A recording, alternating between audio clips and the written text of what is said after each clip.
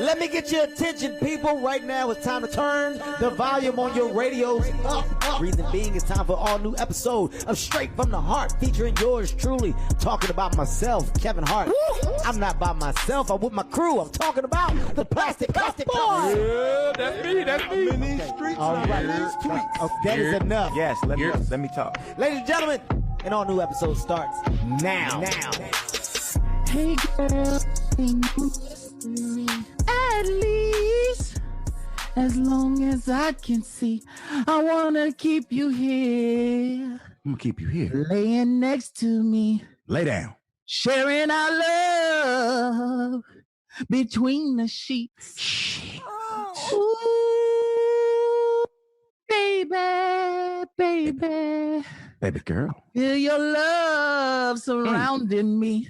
All and around. ooh, baby, baby. We're making our love between the sheets. This is real. Between the sheets. Between the sheets. Well, all right.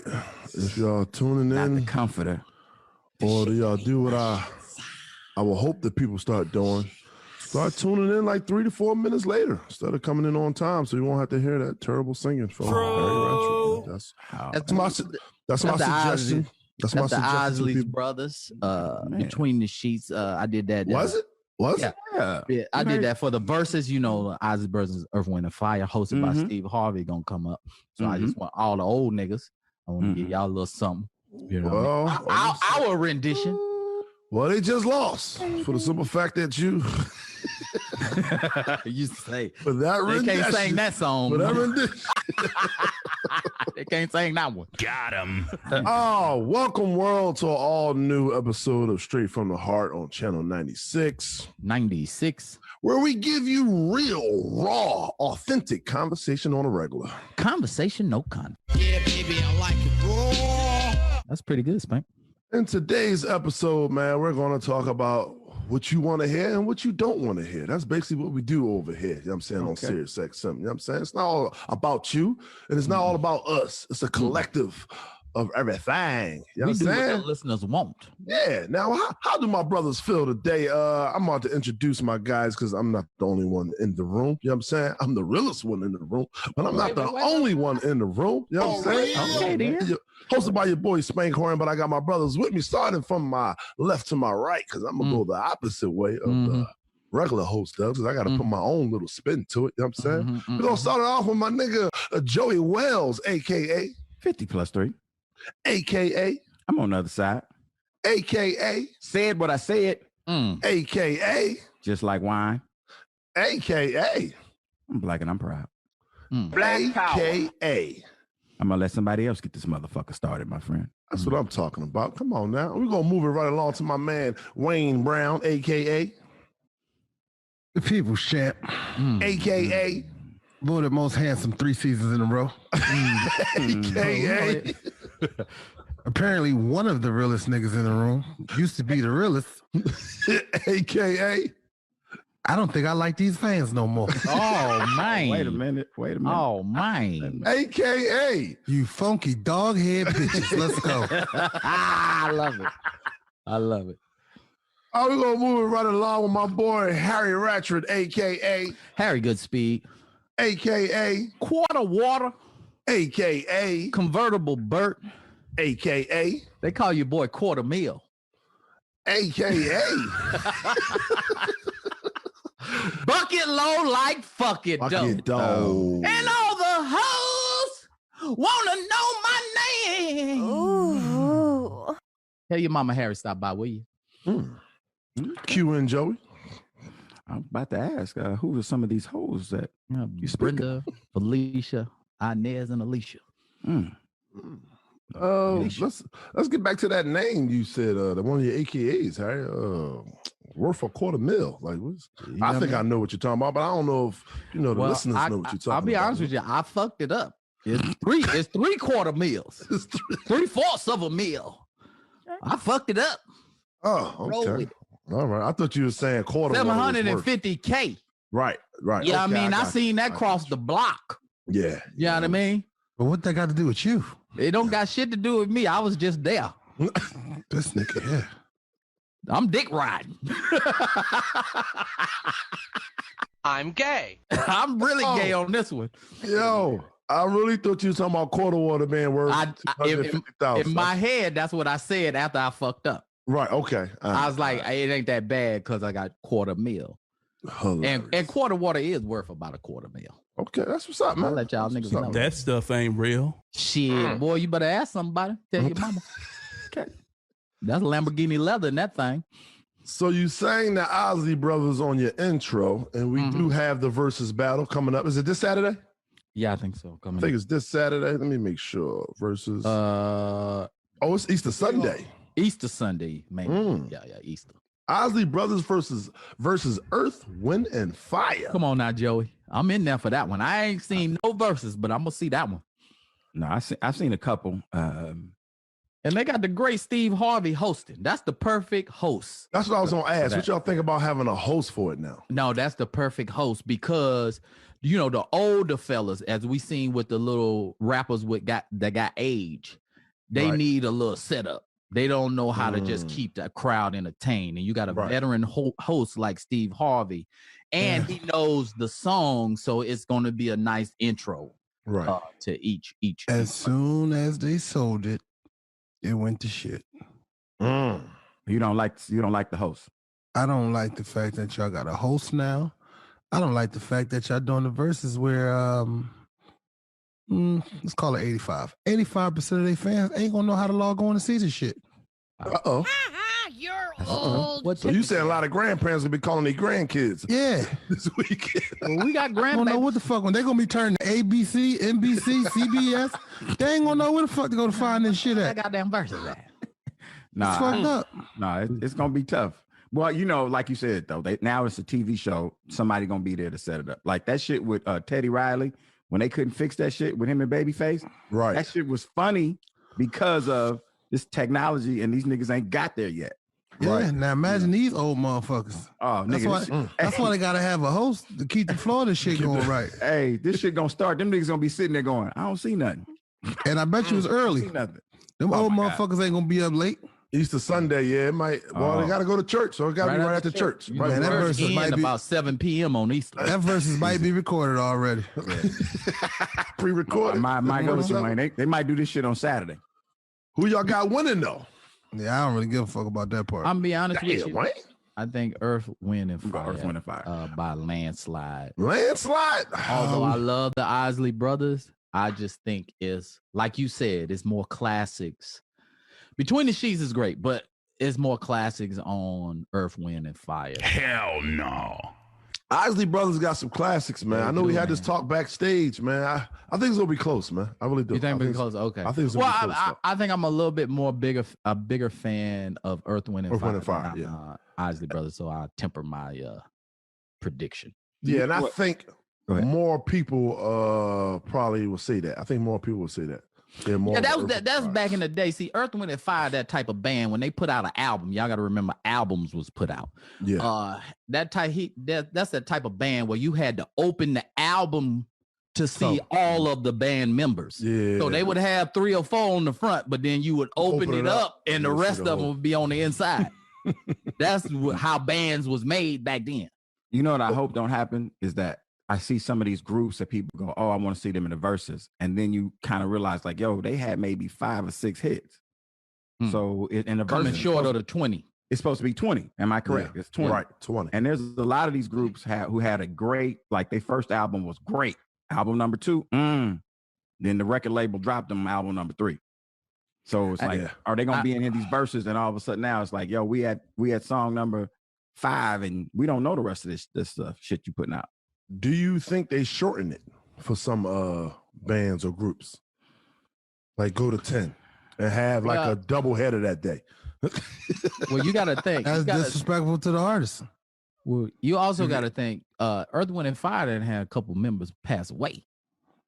I think Vernus, the bass player, didn't he pass away? I hope I'm not saying this man is dead. Hey, brother, I don't know none of the numbers, so Harry, I'm the wrong one to ask. Harry, remember Joey, the Isley Brothers was about 12 people. It is now just Ron. I'm the only soul survivor. They sell it as the Isley Brothers, but when they walk out there, he got his brother on the bass and him. I'm like, nigga. So was it the Isley Brothers? So was it all brothers ever, or no? It was never all. No, brothers. that wasn't all. I think it was 3 main brothers. 3 main brothers. I'm not mistaken. I may be mistaken in that. But remember, it was like 10 or 12 of them, and now. Oh yeah, they got a full band. It's 2. You got to open the album to see the whole band. Yeah, They saying on Monday, Versus announced a music partnership with the now trendy exercise equipment and media company Peloton as a part of Peloton's artist series. So basically, when you get on the Peloton, which is the stationary bike, they have treadmills too. When you're pedaling or running, they play music with the instructor. So now they've been doing like artist series. Like Beyonce was the first big announcement. You have a Beyonce ride now. So it's playing all Beyonce music while you all ride? Beyonce playlist. That shit corny. Damn, Wayne. That shit corny. The artist or Peloton doing? So here's the thing, right? I logged on the Peloton, and I seen the whole Beyonce thing. Like, I got the email, I think, or whatever, and I was like, "Oh shit, she doing a collab with Peloton. That's dope." Then you go on the Peloton, and it's just a curated playlist. Yeah, it's like. Y'all been had music, but then y'all got pop because y'all had no license to y'all music. So now y'all trying to figure out a way to make it more attractive. But I don't, those curated playlists is something. It ain't nothing new. Yeah. Well, I mean, just to someone that uses Peloton, I mean, to have the right music when you're exercising is very key. So sometimes you just want that one artist or that list that you can really vibe to. They even had for Women's History Month, they had the Brandy versus Monica kind of. Yeah, I'm willing to bet if you got a Peloton, you got some music in your house. For sure. Yeah, I was gonna say that. Yeah, you got Sonos or some kind of surround sound that you could play your own playlist. Yeah. Without this bullshit curated playlist that they so-called celebrating. Well, I mean, the platform is evolving. They're trying to. Is Peloton a sponsor? Hold on now. Is Peloton a sponsor? Yeah, they're a music partnership. I'm talking about for Sirius X for us. No? Oh, all right, go ahead, boy. Even if they was, my checks ain't signed by Peloton. No, got shit to do with me. Oh no, we got the other one. What's the other one that Kev got? Ain't that Hydro. Hydro. My fault. Dead sponsor. I'm sorry. Yeah, Hydro rolling and Peloton biking and tread ain't got shit to do with each other. Yeah, my bad. Meanwhile, Wayne is a consumer or customer of Peloton and Hydro. So yes, I have Peloton tread, bike, and Hydro row machine. Yeah, those are the amazing. Hydro is wonderful though. Hydro will get you in shape. I tell you that. What's the Hydro? You basically like you're rolling, right? It's roll.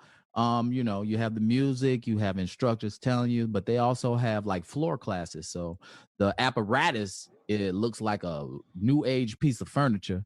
You can turn the monitor to the side and do floor exercise. So you have, your HIIT classes, your core classes, your warm up stretching classes. So you can do all that. Man, I might need to be gifted one of them or get a discount, right? All you have to do is call the creative director, who is one of the hosts of this show, and ask to be gifted a Hydro so that you can get in shape. Yeah, how much they running? They run about 2,200, Wayne. Would you say? Yeah, they're in that range. Yeah, right about 20, anywhere from 2,000 to 2,500. Yeah, I need to be gifted that. I can't afford that. It's an awesome machine. I will say that, and that's no cap. No, just the whole rolling. I heard is like a great exercise. So their thing is that you're working out 86% of your body, whereas if you're doing a stationary bike, you're at 39 to 40%. So it's the push pull. So you know what they're gonna do? They're gonna come out with another machine that's gonna be like 99%, and that's gonna be simulating swimming. Watch. No, that would be great. They should come out with a fucking machine. Stationary fucking machine. I ain't never got no sweat like fucking. That is trying to buy a sex doll. Yeah, basically. That's HIIT class. Right. No, I need something to somebody to throw it back. Now, if you had a doll apparatus They hit you with doggy style, but they was throwing it back. Ghost dick. Nah, bro. All right, bro. I'm not fucking by a dog, yourself bro. out there. Yeah, I'm not fucking a dog. Hey, are you I'm saying sorry. you would go get it? Man, Yeah, I here think fucking about it Terminator. real hard. Think about it real hard. I think about it real hard. Nah, I can't, bro. That's Bro, you bust off in your t-shirt. yeah, but I'm not fucking no goddamn plastic toy. I'm not doing that. But What you if it fucking, feel- you are what if fucking it your feel the t-shirt. same? You are fucking the What if t-shirt. it feel the same? That's No, why no. I am not fucking a t-shirt. I am fucking my hand with Pima cotton in between. Okay, let's go. We're going down the wrong road. You said peanut. I thought you were about to say with peanut butter. I'm about to say, God damn. Hey, I ain't gonna lie. Rough man. life. I did too. I was Rough like, fucking life. I was like, okay. Nah, brother, the Pima. You know what I'm saying? So, ladies and gentlemen, on Tuesday's show, we had a challenge. We had a not a challenge. We had a goddamn what they call it? Shit, I'm losing my mind right now. We had a goddamn it, a contest. Damn, nigga can't even. What? It's not a contest though. It's not a contest. It's a poll. A poll. There we go. Spank. Hella smart. Yeah, I wanted another man to say it. I didn't want to say it first. We had a poll on who's the realest on the panel. Now, Indeed. How'd that turn out? Now, we didn't have everybody on the panel. It was just Kevin Hart, Wayne Brown, and Spank Horton.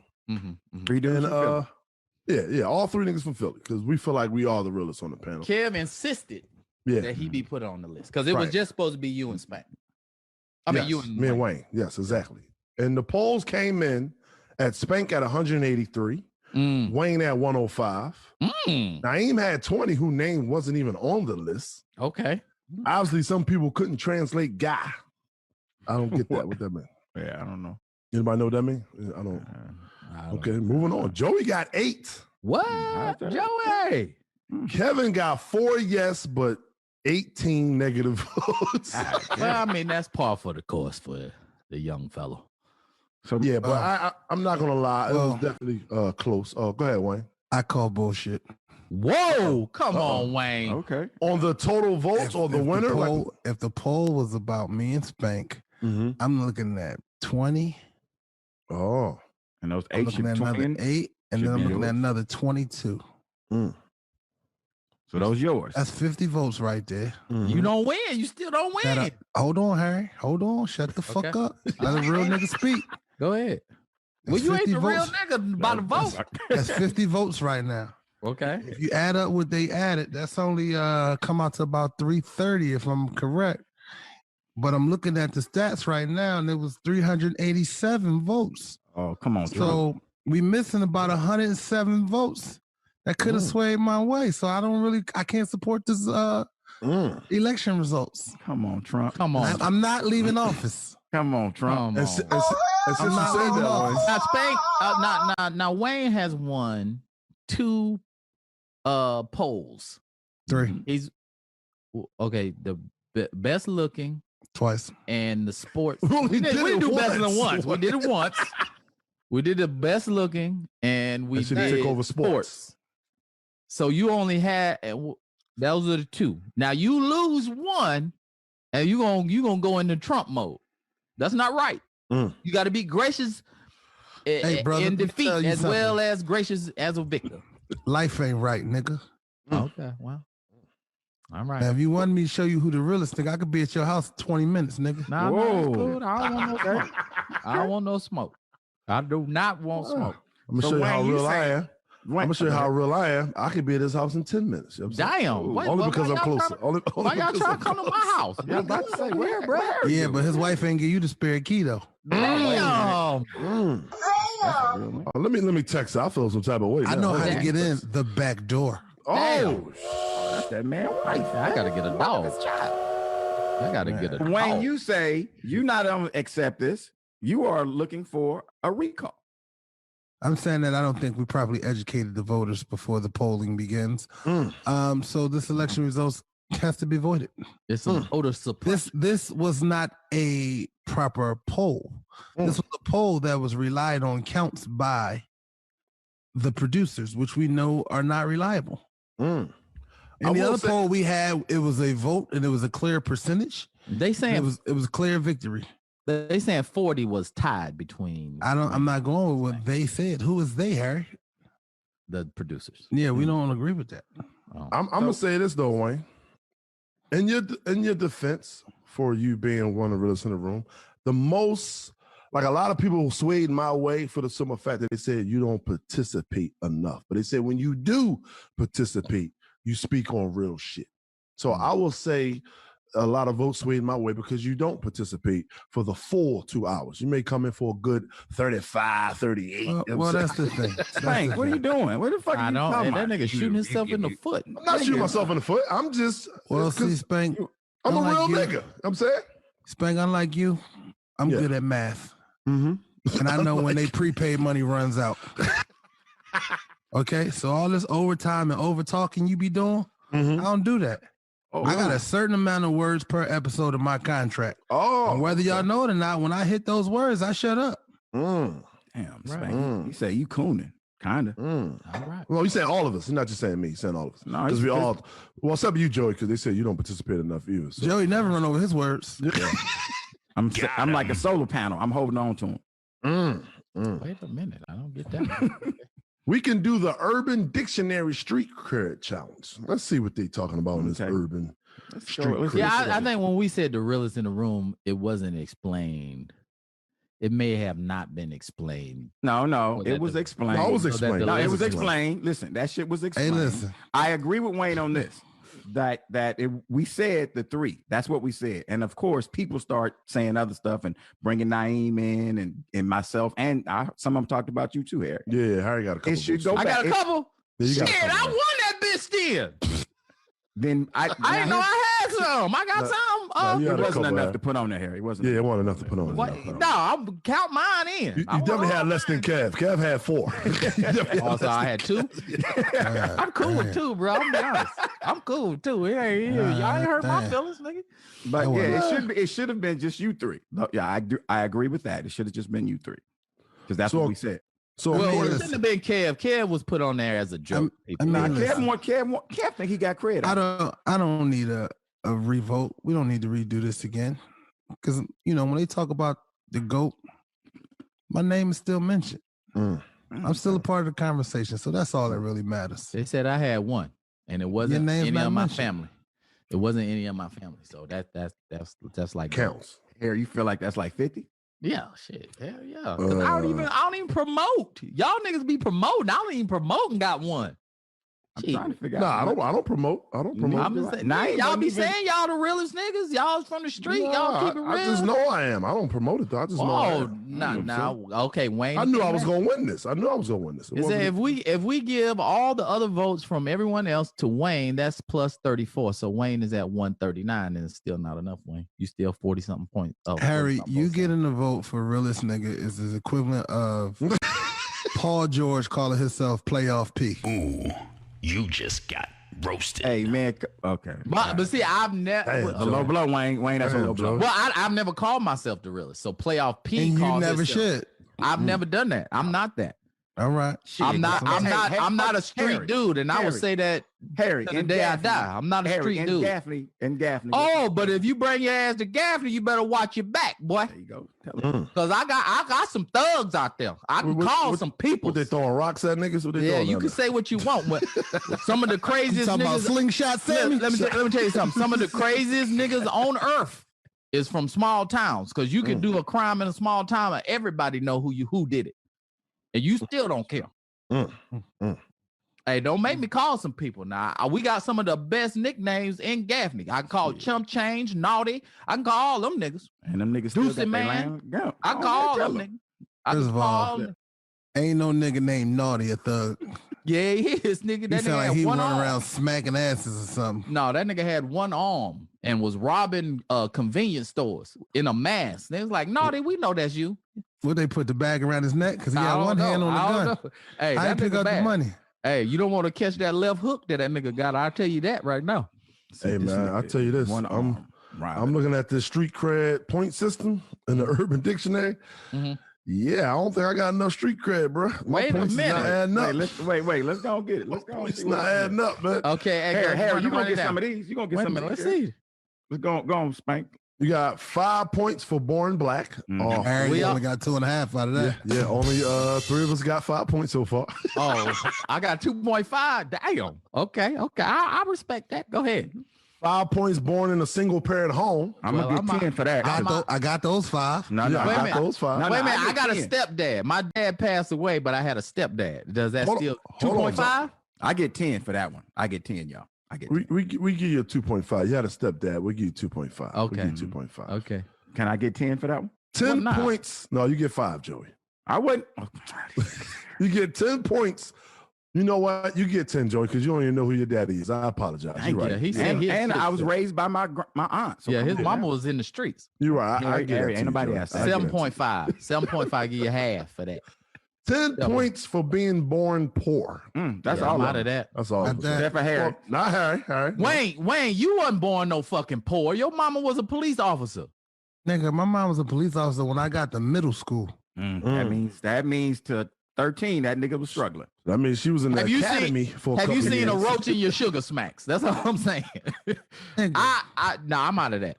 My mama had money. I didn't got every point so far, and that's where I separate myself. All right. Yeah, this is right here where you definitely separate yourself, because 50 points if you sold hard drugs. That's crack, cocaine, or heroin. Now, do I get 50 for each of those? Because that's everything. Did you sell all 3? They never sell cocaine. He told me about the heroin. Yeah, I did. If he sold heroin, he sold crack. Everything on that list, brother. Yeah, I can see him selling heroin and crack, but I didn't know he sold cocaine though. Wait, here's a question: do you get points if you drove somebody for a drop off? You get 10 points for that. Thank you. No, because they was probably just buying a rock, Joey. That don't count. No. That was your cousin. Wait. Okay, so look, do I get 10? Spoon on that needle. Do I get some for that? And I took somebody to drop something off. So look, I took a crackhead to get some. Nah, you don't get nothing. No, you don't get nothing for that. Okay, all right, I get out of that. Only so we probably got your dick sucked by that crackhead too for that drop off. First of all, Wayne, I need you to be quiet. Oh man, here we go. I think after this, we all out of here now. 65 points, been shot and survived. Yep, get me out of there. How about stabbed? No, it says shot, brother. No, I say shot. Don't say nothing Come about on, say shot. I got stabbed before. Yo, this nigga Harry don't have no points. Not on that. No, I got the born 2.5 on Born Black and 2.5 on Born and then a single parent. I got 5. I got 70 5 points for a gang member of Crips or Bloods. Nobody. Yeah. Anybody been in the gang? Nah. I mean, we call them gangs as young kids. Like, we beat you up to get in our crew, like in the neighborhood, but I don't think that's really considered. I wasn't putting in no work. You wasn't in the Dragons? No, we put in work. We was whipping niggas' ass. Like, we used to go around neighborhoods and jump people, but I don't consider that really being like a gang. That's a bully. Yeah, that's like bullies. Yeah. All right, so all of us out of that. Yeah, all of us out of that. 65 points, been to prison. Now, what's the difference between prison and jail? I need definition. Well, that's the next question. Prison is when you get sentenced. Jail is just a holding. Yeah. All right, I got 40. Yeah, I got 42. We all got 40 on that. Yeah, we all got 40. Harry, when Harry? Why went to New York? Harry got a wet and Oh, wet. shit. Oh, yeah, when Harry called the cops on himself. And the DUI. Harry All right, Wayne, you can leave that out, bro. Why I went to jail. I said in New York, you can leave the purpose out. But I got a DUI. I was in the detox cell too, so that's jail. Hold on, I forgot about New York, yo. We can't talk about it. No, hell Let's let that go, brother. Let's let that go. No, hell no, you can't talk about it. You know I'm an asshole, but I'm gonna let that one pass. Oh shit! So we said 40 points to been to jail. I just want all the people that's listening, maybe they can hear their street cred. You got 20 points if you have at least 10 tattoos. I might be in that. I have 0. I'm in that. I was close. I'm in that. Hold up. 1, 2. This nigga old. He don't remember. He don't remember how many 3, tattoos you 4, got. I just got half. I ain't got 10. 6. God damn it! I'm about at 8. 8. Oh, All right. You don't get to get that. All right. 20 points if you kicked out of high school or dropped out. Got that. Not out of high school, Wait, eh? not high school. It should be more for middle school. Nah, it's high school, bro. High school, or you are straight dropout. Dropout. See, the niggas was pussy. They waited till late to get kicked out. I was stuck in early. What about if you got perfect attendance in high school? Yeah, that's probably on the minus side. Harry, that's the other side. Yeah, the minus coming up. We got you. The minus is coming up. No, I'm fucking around, but go ahead. 20 points, 16 years old, and have a baby mama. I was 26 when I had my first child. I was 18 when I had mine. Okay. Right, so I was 2 years off. Joey, where you at? 20. 21. 21. 20. Joey. 21. Oh, okay. All right, now they got minus points. Okay, here we go. Somebody about to be in the negative. Damn. No. Minus 75 points, born rich. No. Nobody up here. I wasn't But born wait. rich. I was upper middle class. You was middle class, yeah. I give you that. Upper middle class. So he That's get not half. rich. He get half of those. That ain't rich. That's not rich. That's not rich. 50 points, speak proper English. I think everybody. I don't think, no, I'm from the country. We don't never speak properly. Yeah. 60 minus 60 points if you have white friends. Now you gotta get a little bit more specific. What do you mean? Nah, I know some coworkers, but I ain't got no friends. Growing up, did you Are we have? talking about growing up or are we talking about as we got older? That's the question. Yeah, like Both. growing It should be up both. through high school. Now I can see that we gotta modify that. Like growing up all the way If you to high ever school. in your life had a white friend that you could call and hang out with, I'll be honest with you, I don't. I never had that. I have some associates that's white, but I don't have like, yo, this is my best, this is my buddy. Mill said hella negative points. No, I get minus 60. I get minus 60. All Emil friends is white. Oh, you had white friends, Joey? I do. You do? Okay, that's good. Yeah. That's what's up. Yeah, ho. Hold on. Yeah, because y'all say coworkers, but y'all don't really hang out with them. Because y'all got writers and Heartbeat, but y'all don't know if y'all like call each other. Yo, what you doing tonight? And go out. I feel like that's friends. But coworkers, everybody got coworkers that's like in a different race. All right, next one. All right, you got minus 5 points if you was born white. Oh. Damn, Emil. Negative 95 points born in a safe neighborhood. Mark me down. Eric? Mark me down. Harry, negative like a motherfucker on this That's poll. negative 95. Yeah. They got me. Negative 100 points, no criminal record. Uh-oh. That's Give none of everybody. us. I don't have a criminal record. What? Nothing? I've been locked up a couple times, but I don't have no criminal record or nothing. Wait. So you Wait a don't have minute. like well, you don't have like failures to appear and all that shit? I got. You might as well put me down for a negative 100 if we not, because I got off. I had a DUI, but I got off, so I was found not guilty in my DUI. Yeah, if you found not guilty, then it's all of us. All of us is a negative 100 right here.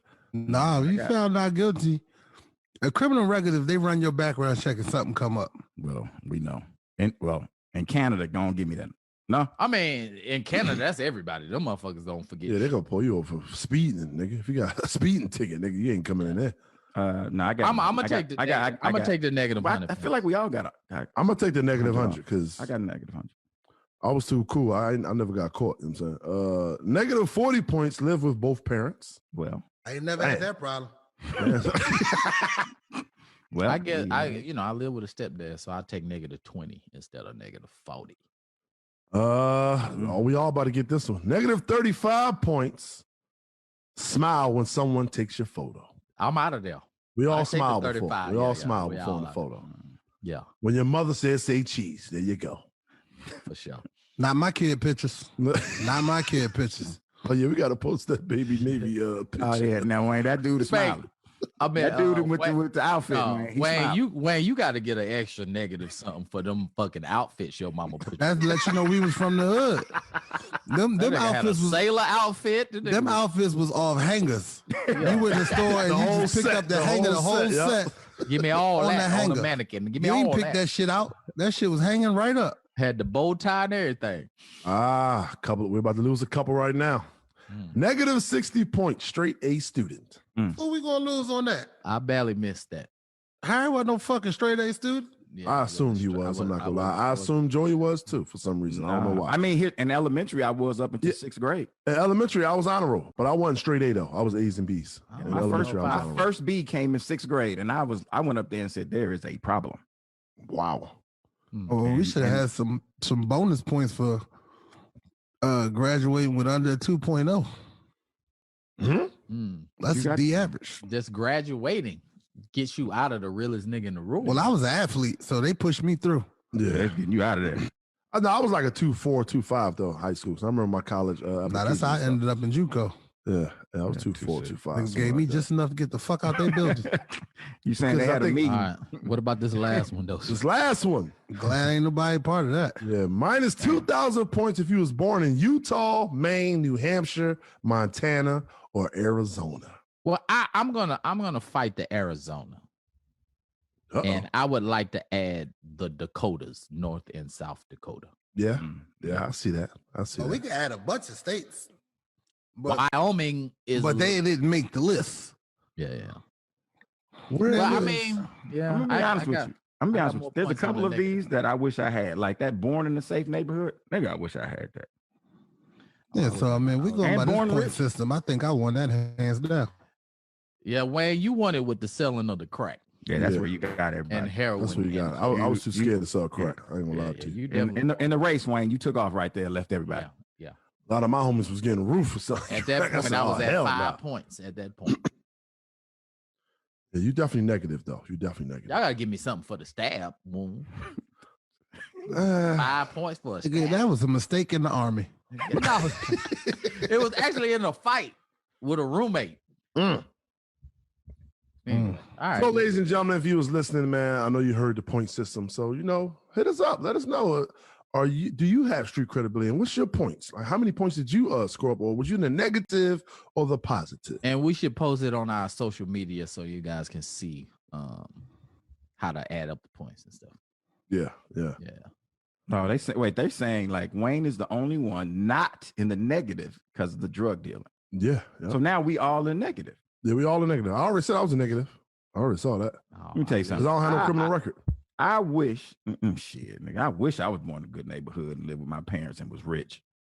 Nigga, we all do. Shit, you think we all like, nah, man, I want to grow up in the... No, it's some niggas out there who feel like that's the way to go. Like, nigga, they said Nemo got 190 points. What the fuck? Nemo born in South Central, wasn't he? Damn. Yeah, yes. His only negative is having white friends. Oh no, he sold crack to them, so that's a customer. Oh, that's a friend. When they coming every week, that's a friend. Nemo should get a bonus 500 for his gums. God damn, no dental plan. If that ain't street cred, shit. Really, nigga? I guess we know who controlled the button today.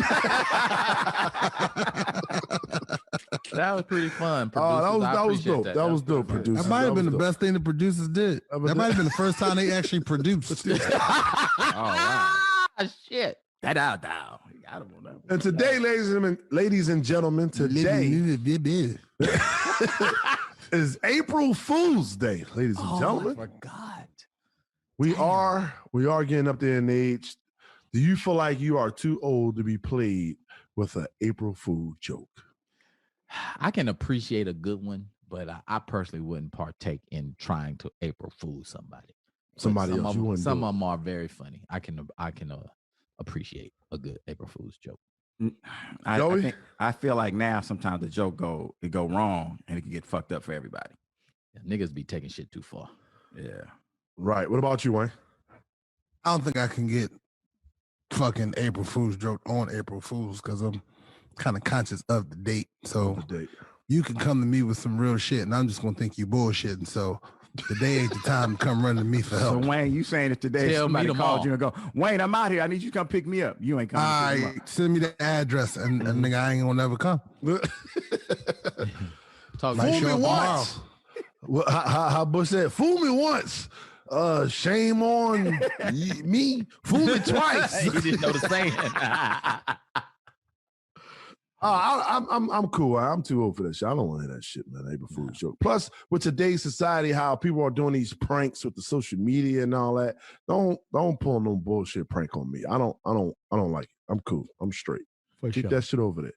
Because there's some of them that like they pulling pranks every day on social media. That shit is annoying to me. I don't like it, man. There's some pranks that be pranking like their grandparents and stuff like, yo, man, y'all going too far, man. I don't like that shit. Especially the pranks where they be in a public place and they acting like somebody got a gun or something and they all run. I'm like, yo, come on, man. That's not. Oh, you talking about them Philly niggas?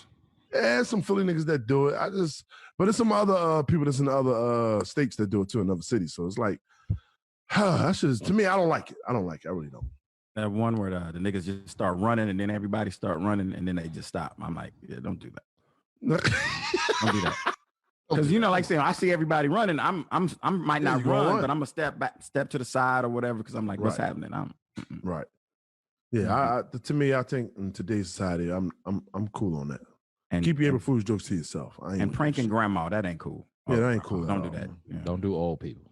Right. Get shot. And other trending topics. We have a few here. I saw a couple that I liked. The other was just a little too much. A newly released video of an altercation between rapper Saweetie and Migos Quavo is making the rounds on social media. TMZ released elevator footage from sometime in 2020 that appears to show the then Lovebirds in a physical confrontation. In a 1.5-minute long clip, you can see the icy artist take a swing at Quavo, grab an orange Call of Duty case, and attempt to get away. In an effort to retrieve the case from Saweetie, Quavo then pulls her by her arm, flinging her back into the elevator until they both fall to the floor. First of all, you don't mess with a nigga PlayStation. You don't do that. No, not especially not if a nigga got the custom Call of Duty case. Hey, don't touch a nigga PlayStation. Here's what I don't like about that. There is no sound. There is no real context like before or whatever that video. They could have been fucking drunk playing. It could have been serious. It could have been whatever.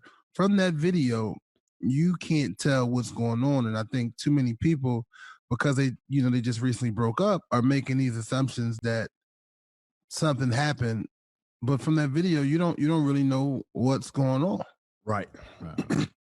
And I don't like the fact that some of the black blogs are just posting a little bit. They're not even posting the part when Saweetie swung at him. Oh, yeah, they just posted a clip inside the elevator. It's like, come on, y'all. What are y'all doing here, man? Like, come on, stop. It's an assassination of a character, if that's the case, because like Wayne said, you don't get it contextually. It's not a situation where to me, what I saw, I didn't see him sling her to the floor. He grabbed her and pulled her in the elevator. Yeah. I didn't see him sling her to the floor. It looked like they both kind of fell.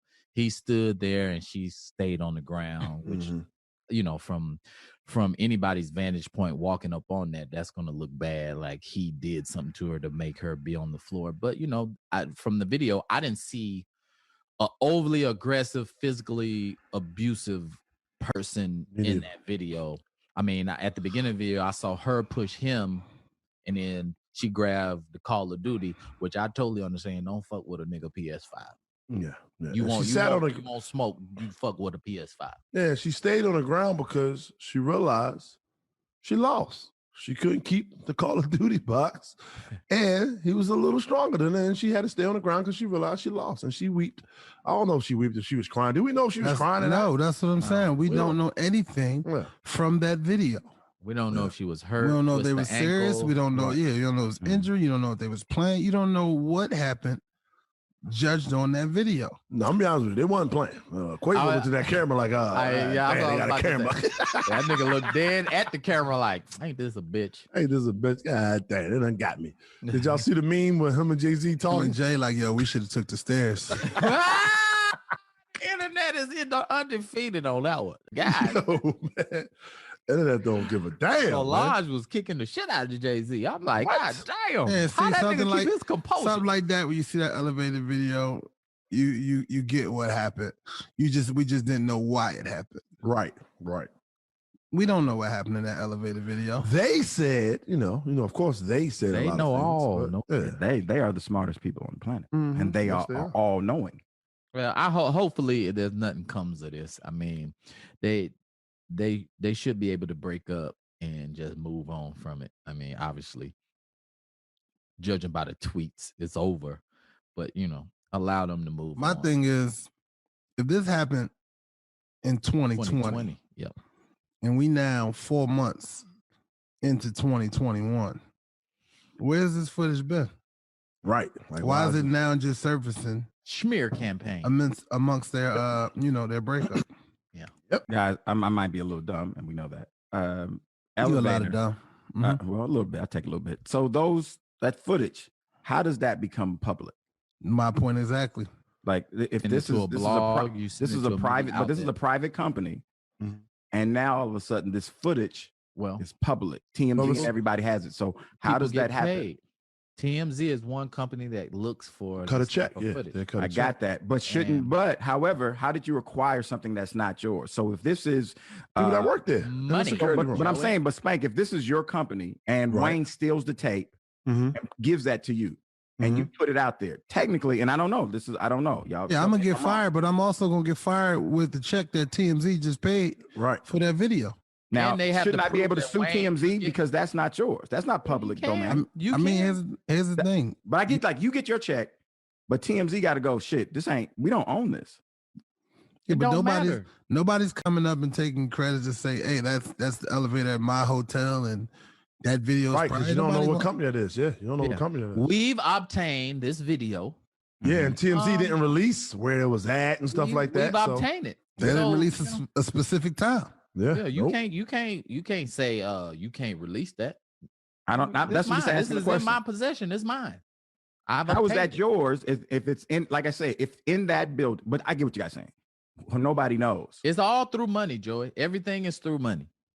That's how they get this stuff put out. That part I know. That part I know. I mean, they might have went straight to the company. Give us the tape. We'll give you X amount of dollars. Okay, we were just gonna say we obtained it. Gotcha. And they can say, well, disgruntled employee took it to them. Right. Yeah, they can easily say that. They can easily say that. It's all about the money. Joey, like, this is bullshit. I've been holding this video of Wayne in the shower for a long time. Whoa. You talking about from DC? Yeah. Wait a minute. What? This nigga Wayne stupid as hell. Hey, listen. That was some days when niggas was on the road tooed up. Everybody had roommates, and we was at the W. You know, the W always try to over sexy their rooms. Yeah. Oh, yeah. So they shower. You got the little bathroom, and then the shower on the side that's facing the room. Only cover up like bottom half. Silhouette window. Yeah. So the window, you can see through it. So if a nigga in the shower, you can see his silhouette in the shower. Man. I said, oh, we got to, hey, bro, we got to get separate rooms. This ain't right. That started the whole fuck it. I'm just gonna pay for a separate room. Fuck yeah, that's how niggas was able to get their own rooms once the W got flagrant with it. Yeah. W was definitely over sexy. Also in trending topics, we got Nas' classic debut album, Illmatic, has been added to the Library of Congress. On Wednesday, March 24th, Librarian of Congress Carla Hayden named the LP as one of the audio treasures worthy of preservation for all time based on their cultural, historical, or aesthetics importance of the nation's recorded sound heritage. This is awesome. This is a win for hip hop. Yes, it is. It's a win for Nas. It is a classic. They also did, if you guys remember years back, they did Tupac and taught classes on his lyrics at Cal Berkeley. I think it started Cal Berkeley. So this is a win for hip hop. Congratulations to Nas. The music lives on, and it gets its proper place in these historical kind of epitaphs of listening. So nice I'm gonna go on the other side of this. Okay. Oh shit. What the fuck does that mean? His album is an audio treasure worthy of preservation for all time. So they saying they're not going to delete it from the internet. Like, what the fuck does that mean? Well, you gonna preserve his masses in the Library of Congress. Well, they create a time capsule in an event. They can come back and pull out of that time capsule from They got that already. It's called Apple Music. For sure. Sure. They can be removed from Apple Music though. Albums can be removed and songs. They're just saying it's worthy of preservation for the long haul. Somebody is specifically preserving it. Yeah. His album, the lyrics, everything. It's more like a star on the Hollywood Walk of Fame. It sounds good on paper when we say it, but in reality, it means shit. Well, I mean, but maybe they feel like look at it like that. Yeah. Maybe they looking at it as your great grandkids who, you know what I'm saying, only hear of Nas. They can really research and find like, oh wow, was Nas. That's just the same way as you and your great granddaddy or whatever he was. No, it was just my grandpa, bro. How your grandpa? You know your family that's different. They had babies at 3. So I don't be knowing what level of grandpapa or all that shit it is. Shout out to my great grandma still living, who had my grandma at the age of 13. God You know what I'm saying? Yeah. Was she 32 right now? No, my great grandma like 95, I think. Oh, okay, 96. good for her. Somewhere with a my bunch of great-grandma. fucking cats around her. Yeah, for real. Yeah. Shouts out to my great grandma, who was a neighbor of Wayne Brown on Diamond Street in North Philadelphia. Had no idea all this time. Yeah, no idea. That was my great grandma. Fucking cat lady, spank grandma. How do we find out though? Like, yo, that was just where I used to live at. And did I start talking about the lady next door? You might have started talking. I'm like, My yo, great grandma. He was probably flavoring as fuck. Did I talk about how my great grandma got kicked out of old folks' home because she kept feeding the stray cats, and there would be a bunch of stray cats around the building? No, go ahead, tell this story. Tell this story. She was really a cat lady, yo. She was really a cat lady. They kicked her out because they told her, like, hey, you got to stop feeding these stray cats because now they want to linger around the building. Like, no, you got to stop feeding them. She just kept doing it, and they kicked out. So my grandmother took her in and let her stay with her. And you will see her just come out the house and just put a little food down on other people's property, and a bunch of cats come. It's like, Grandma, what are you doing? Stop. They can't stop, bro. That shit be on hoarders. My my ex-girlfriend became like a public health.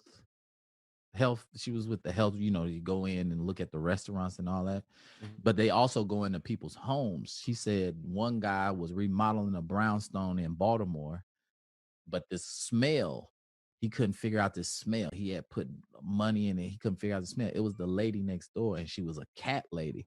Wow. She said she had over 60 cats in like a 2-bedroom brownstone in Baltimore, to the point where it was trails of walking space, like you know how it's just a trail. There had to be some dead cats up in that motherfucker left and right. They said they found several carcasses, dead, cats just in there.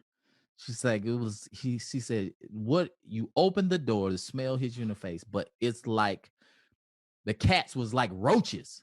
It was so many fucking cats. And cats like to bury their shit and do all kind of stuff. This cats is sneaky. A contractor told me something about cats and their urine, that they'll fuck a floor up and like it start destroying the shit.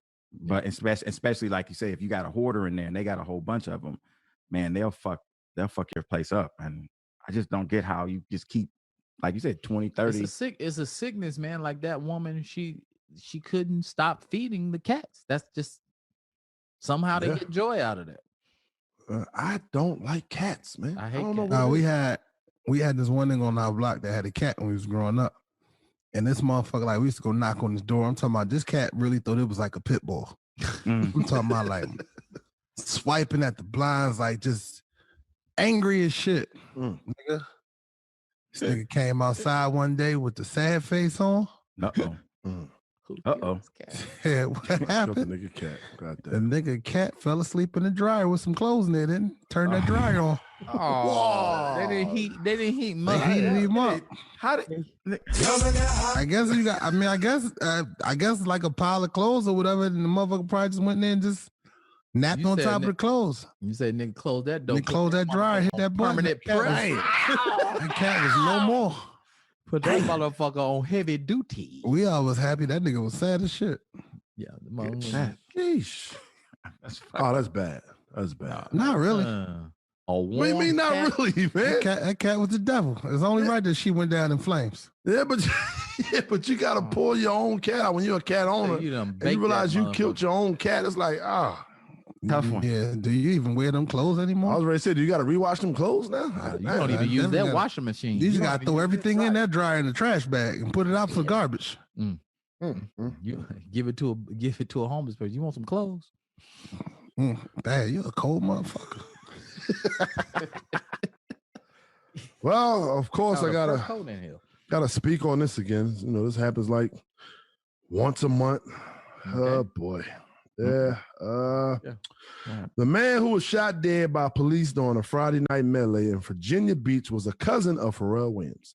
Donovan Lynch of Virginia Beach, 25, was shot and killed by a uniformed police officer a block away from a shooting that injured 8 people. Pharrell, who is a Virginia Beach native, tweeted, "The loss of these lives is a tragedy beyond measure. It is critical my family and the other victims family get the transparency they deserve. Virginia Beach is the epitome of hope, and we will get through this. You know, one of the things I started doing now is like waiting and to get more information. Right. Instead of like, you know, just getting upset and like, oh, I saw that 2 minutes. And I feel like sometimes I don't want to say the government, but the police departments and everything, I feel like they got it and they see it, and then they just let that little 35 seconds go out there and let us all run around and get upset and mad. It's because they can't release it yet. That's what I was told. The cops can't release the full. They try to let the parents see it first or family members see it first before they release it. And they do a proper investigation over the full tape. That's what I was told. So that's why we only get the little leakage of, I guess, somebody's phone video, or I don't know. But I need to know the backstory. Like, what happened with the other 8 people that got shot? Because he said, let's pray for the families and the other victims. And speaking of that too, have any of you been watching any of this trial? George Floyd, Officer Chauvin? Derek Chauvin. I don't know if any of you been watching it. Nah, I ain't been watching it. Dude, the crazy part, a little bit of it. The crazy part is like how now George Floyd, for the defendant, is on trial. Like they're really trying to put him on trial. Like this is about that officer putting his knee on this man, not for 8:46, because now we know it was over 9 minutes that he had his knee on him. Mm-hmm. So that should be what we're talking about. But everything is about George having drugs, George yelling, and now yesterday it turned into the crowd. Like, you guys were yelling. What were you yelling? You guys were upset, and they tried to bait the black dude who said he martial arts, who said that move that he was doing, you know, that's, you know, you cut off his air and everything. They tried to make him out to be an angry dude. And he was like, didn't you call him a bitch? Didn't you call him you call him a fucking bitch? They start going through all that. And the dude was like, did the tape say something? Then maybe. Like he was cool. Right. And you could see him trying to make him angry. And then at the end he said something. So you became angrier and angrier. Yeah. No, I became professional. When he said that, I was like, calm and shit the whole time. Yeah. And then he was like, to make him like, it's like, he said it. He was like, you can't paint me out to be an angry man. He stayed calm the whole time. And they was firing off a bunch of questions, just trying to. He's like, so you called him a punk 13 times? Is that what you heard on the tape? Yeah. I'm asking you.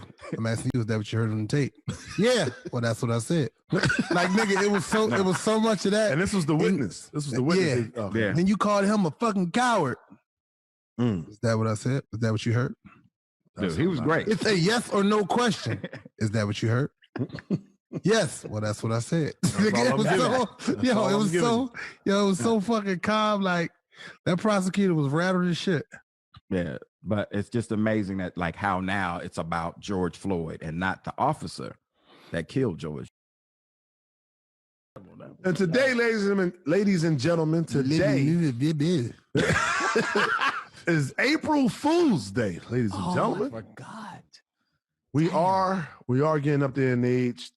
Do you feel like you are too old to be played with an April Fool joke? I can appreciate a good one, but I personally wouldn't partake in trying to April Fool somebody. Some of them are very funny. I can appreciate a good April Fool's joke. I feel like now sometimes the joke go wrong and it can get fucked up for everybody. Yeah, niggas be taking shit too far. Yeah. Right. What about you, Wayne? I don't think I can get fucking April Fool's joke on April Fool's because I'm kind of conscious of the date. So you can come to me with some real shit and I'm just going to think you bullshitting. So today ain't the time to come running to me for help. So Wayne, you saying if today somebody called you and go, Wayne, I'm out here. I need you to come pick me up. You ain't coming. All right, send me the address and nigga, I ain't gonna never come. Fool me once. How Bush said, fool me once. Shame on me. Fool me twice. You didn't know the saying. I'm cool. I'm too old for that shit. I don't want to hear that shit, man. April Fool's joke. Plus, with today's society, how people are doing these pranks with the social media and all that.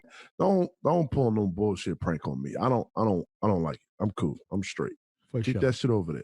Because there's some of them that like they pulling pranks every day on social media. That shit is annoying to me. I don't like it, man. There's some prank that be pranking like their grandparents and stuff like, yo, man, y'all going too far, man. I don't like I don't like that shit. Especially the pranks where they be in a public place and they acting like somebody got a gun or something and they all run. I'm like, yo, come on, man. That's not. Oh, you talking about them Philly niggas? Yeah, some Philly niggas that do it. But there's some other people that's in other states that do it too in other cities. So it's like, that's just, to me, I don't like it. I really don't. That one where the niggas just start running and then everybody start running and then they just stop. I'm like, yeah, don't do that. Don't do that. Because like saying, I see everybody running. I might not run, but I'm gonna step to the side or whatever. Because I'm like, what's happening? Right. Yeah. To me, I think in today's society, I'm cool on that. And keep your April Fool's jokes to yourself. And pranking grandma, that ain't cool. Yeah, that ain't cool. Don't do that. Yeah. Don't do old people. Right. Get shot. And other trending topics. Mm-hmm. We have a few here. I saw a couple that I liked. The other was just a little too much. A newly released video of an altercation between rapper Saweetie and Migos Quavo is making the rounds on social media. TMZ released elevator footage from sometime in 2020 that appears to show the then Lovebirds in a physical confrontation. In a 1.5-minute long clip, you can see the icy artist take a swing at Quavo, grab an orange Call of Duty case, and attempt to get away. In an effort to retrieve the case from Saweetie, Quavo then pulls her by her arm, flinging her back into the elevator until they both fall to the floor. First of all, you don't mess with a nigga PlayStation. You don't do that. No, not especially not if a nigga got the custom Call of Duty case. Hey, don't touch a nigga PlayStation. Here's what I don't like about that. There is no sound. There is no real context like before or whatever in that video. They could have been fucking drunk playing. It could have been serious. It could have been whatever. From that video, you can't tell what's going on. And I think too many people, because they just recently broke up, are making these assumptions that something happened. But from that video, you don't really know what's going on. Right. And I don't like the fact that some of the black blogs are just posting a little bit. They're not even posting the part when Saweetie swung at him. Oh, yeah, they just posted some clip inside the elevator. Yeah, it's like, come on, y'all. What are y'all doing here, man? Like, come on, stop. It's an assassination of a character, if that's the case, because like Wayne said, you don't get it contextually. It's not a situation where to me, what I saw, I didn't see him sling her to the floor. He grabbed her and pulled her in the elevator. Yeah. I didn't see him sling her to the floor. It looked like they both kind of fell. He stood there and she stayed on the ground, which from anybody's vantage point walking up on that's going to look bad, like he did something to her to make her be on the floor. But from the video, I didn't see an overly aggressive, physically abusive person in that video. I mean, at the beginning of the video, I saw her push him and then she grabbed the Call of Duty, which I totally understand. Don't fuck with a nigga PS5. Yeah. You won't smoke. You fuck with a PS5. Yeah, she stayed on the ground because she realized she lost. She couldn't keep the Call of Duty box, and he was a little stronger than her, and she had to stay on the ground because she realized she lost, and she wept. I don't know if she wept, if she was crying. Do we know if she was crying? No, that's what I'm saying. We don't know anything from that video. We don't know if she was hurt. We don't know if they were serious. We don't know. Yeah, you don't know if it was injury. You don't know if they was playing. You don't know what happened.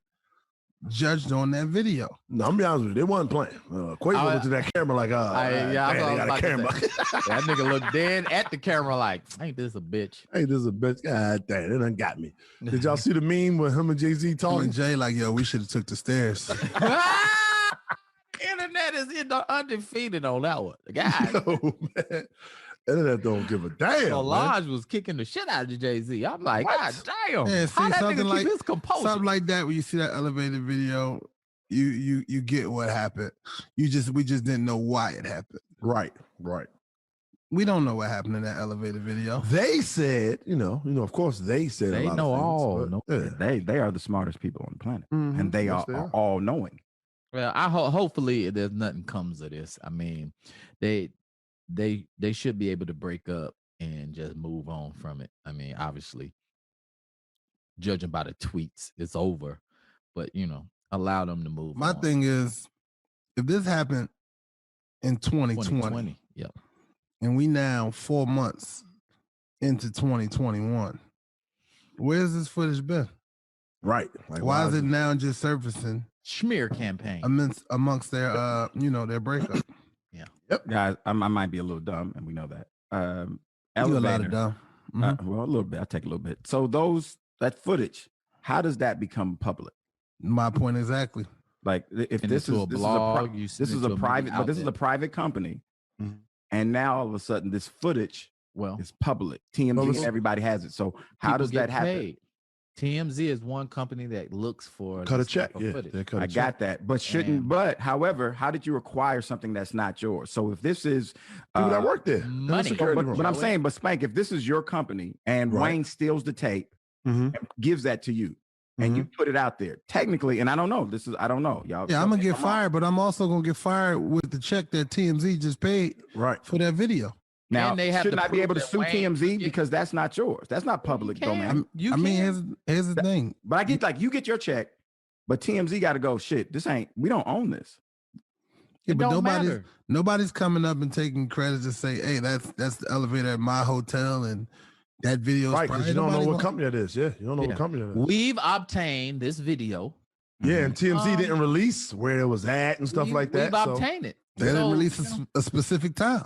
Yeah, you can't say you can't release that. I don't. That's what this is in my possession. It's mine. How is that yours? If it's in, like I say, if in that building. But I get what you guys saying. Well, nobody knows. It's all through money, Joey. Everything is through money. That's how they get this stuff put out.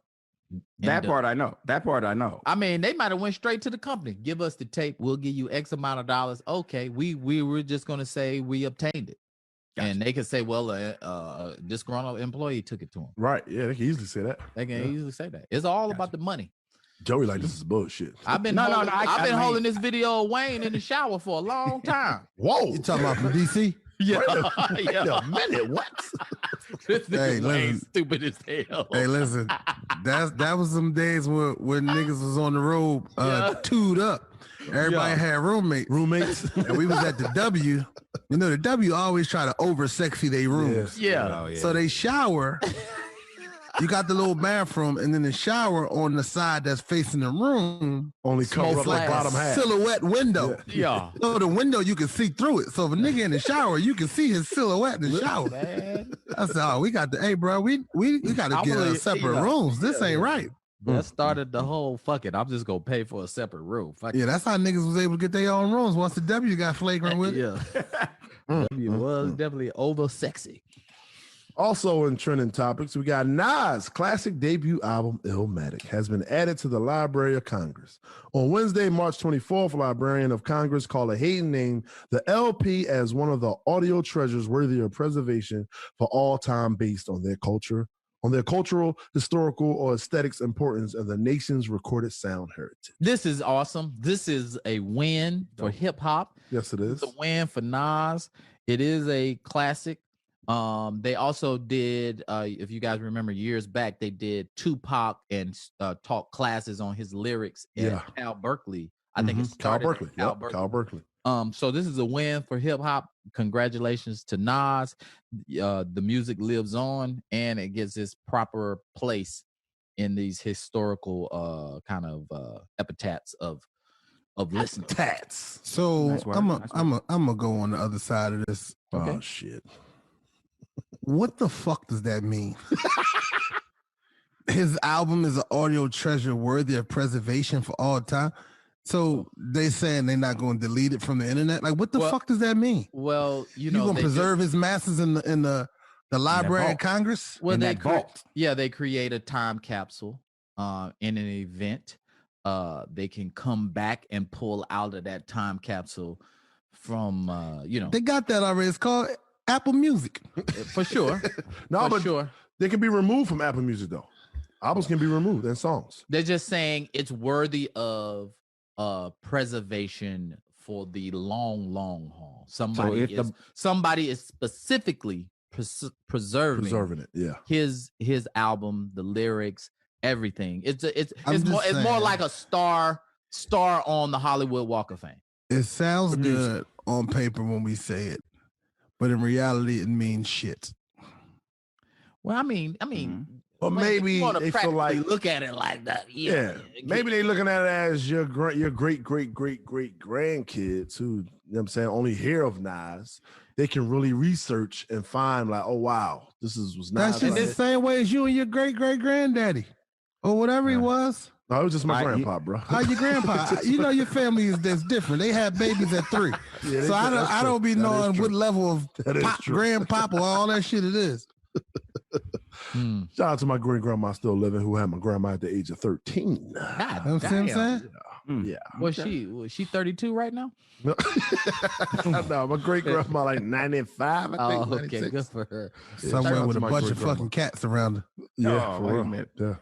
Shouts out to my great grandma, who was a neighbor of Wayne Brown on Diamond Street in North Philadelphia. Had no idea all this time. Yeah, no idea that was my great grandma. Cat lady, spank how do we find out though? Like, yo, that was just where I used to live at, and did I start talking about the lady next door? You might have started talking. I'm like, yo, great grandma. He was probably flavoring as fuck. Yeah, I talk about how my great grandma got kicked out of old folks' home because she kept feeding stray cats, and there'd be a bunch of stray cats around the building. No, go ahead, tell this story. Tell this story. She was really a cat lady, yo. She was really a cat lady. They kicked her out because they told her, like, hey, you got to stop feeding these stray cats because now they want to linger around the building. Like, no, you got to stop feeding them. She just kept doing it, and they kicked out. So my grandmother took her in and let her stay with her. And you will see her just come out the house and just put a little food down on other people's property, and a bunch of cats come. It's like, Grandma, what are you doing? They can't stop, bro. That shit be on hoarders. My my ex-girlfriend became like a public health. She was with the health, you go in and look at the restaurants and all that, but they also go into people's homes. She said one guy was remodeling a brownstone in Baltimore, but the smell, he couldn't figure out the smell. He had put money in it. He couldn't figure out the smell. It was the lady next door, and she was a cat lady. Wow. She said she had over 60 cats in like a 2-bedroom brownstone in Baltimore, to the point where it was trails of walking space, like you know how you just, it's just a trail. There had to be some dead cats up in that motherfucker left and right. They said they found several carcasses, dead, cats just in there. She's like, she said, what, you open the door, the smell hits you in the face, but it's like the cats was like roaches. It was so many fucking cats. And cats like to bury their shit and do all kind of stuff. This cats is sneaky. A contractor told me something about cats and their urine, that they'll fuck a floor up and like it start destroying the shit.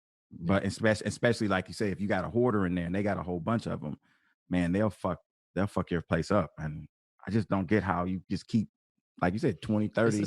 It's a sickness, man. Like that woman, she couldn't stop feeding the cats. That's just somehow they get joy out of that. I don't like cats, man. I hate cats. We had this one thing on our block that had a cat when we was growing up.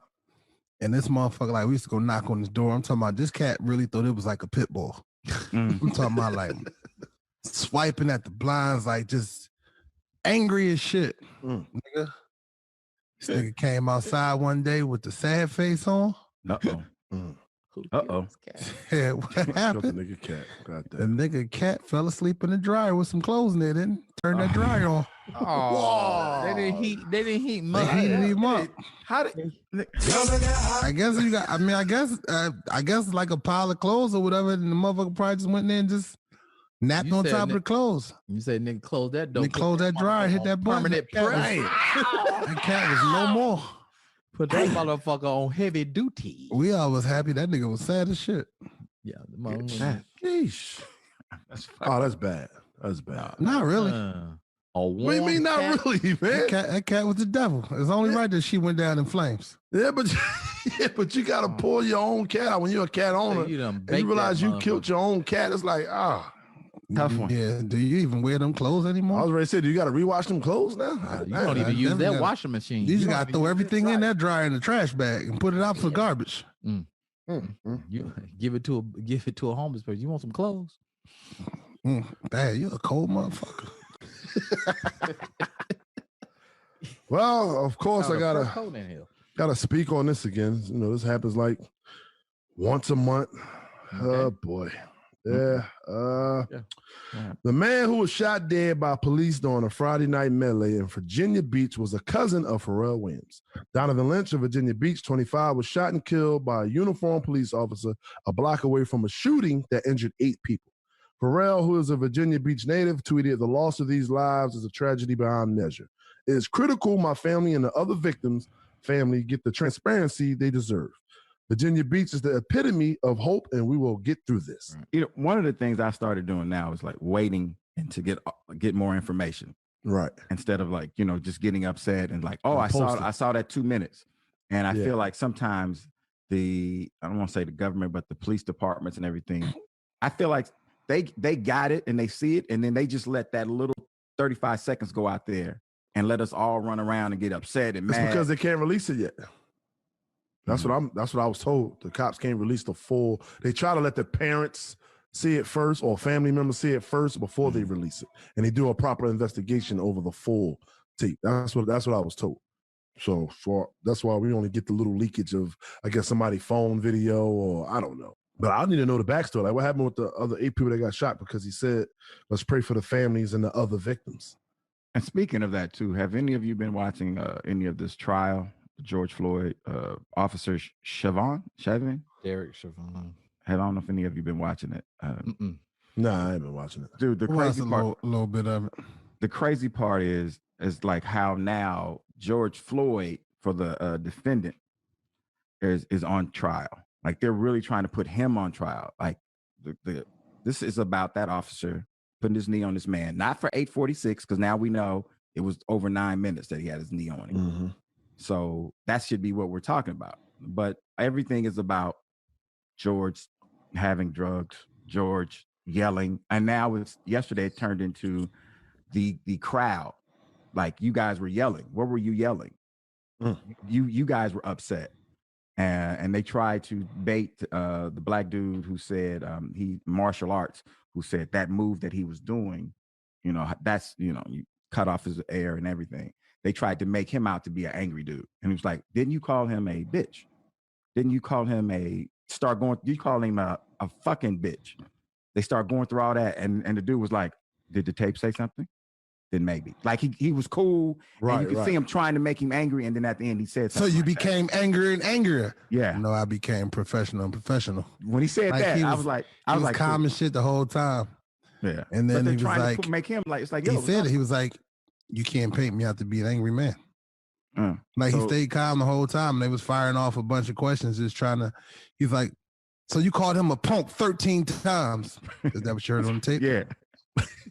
I'm asking you. Is that what you heard on the tape? Yeah. Well, that's what I said. Like, nigga, it was so much of that. And this was the witness. Yeah. Okay. Yeah. And you called him a fucking coward. Is that what I said? Is that what you heard? Dude, he was great. It's a yes or no question. Is that what you heard? Yes. Well, that's what I said. It was so fucking calm. Like, that prosecutor was rattled as shit. Yeah, but it's just amazing that, like, how now it's about George Floyd and not the officer that killed George Floyd. Okay, so we got I mean, as far as that goes, that's always a defense attorney's thing, is to paint a bad picture of the other person.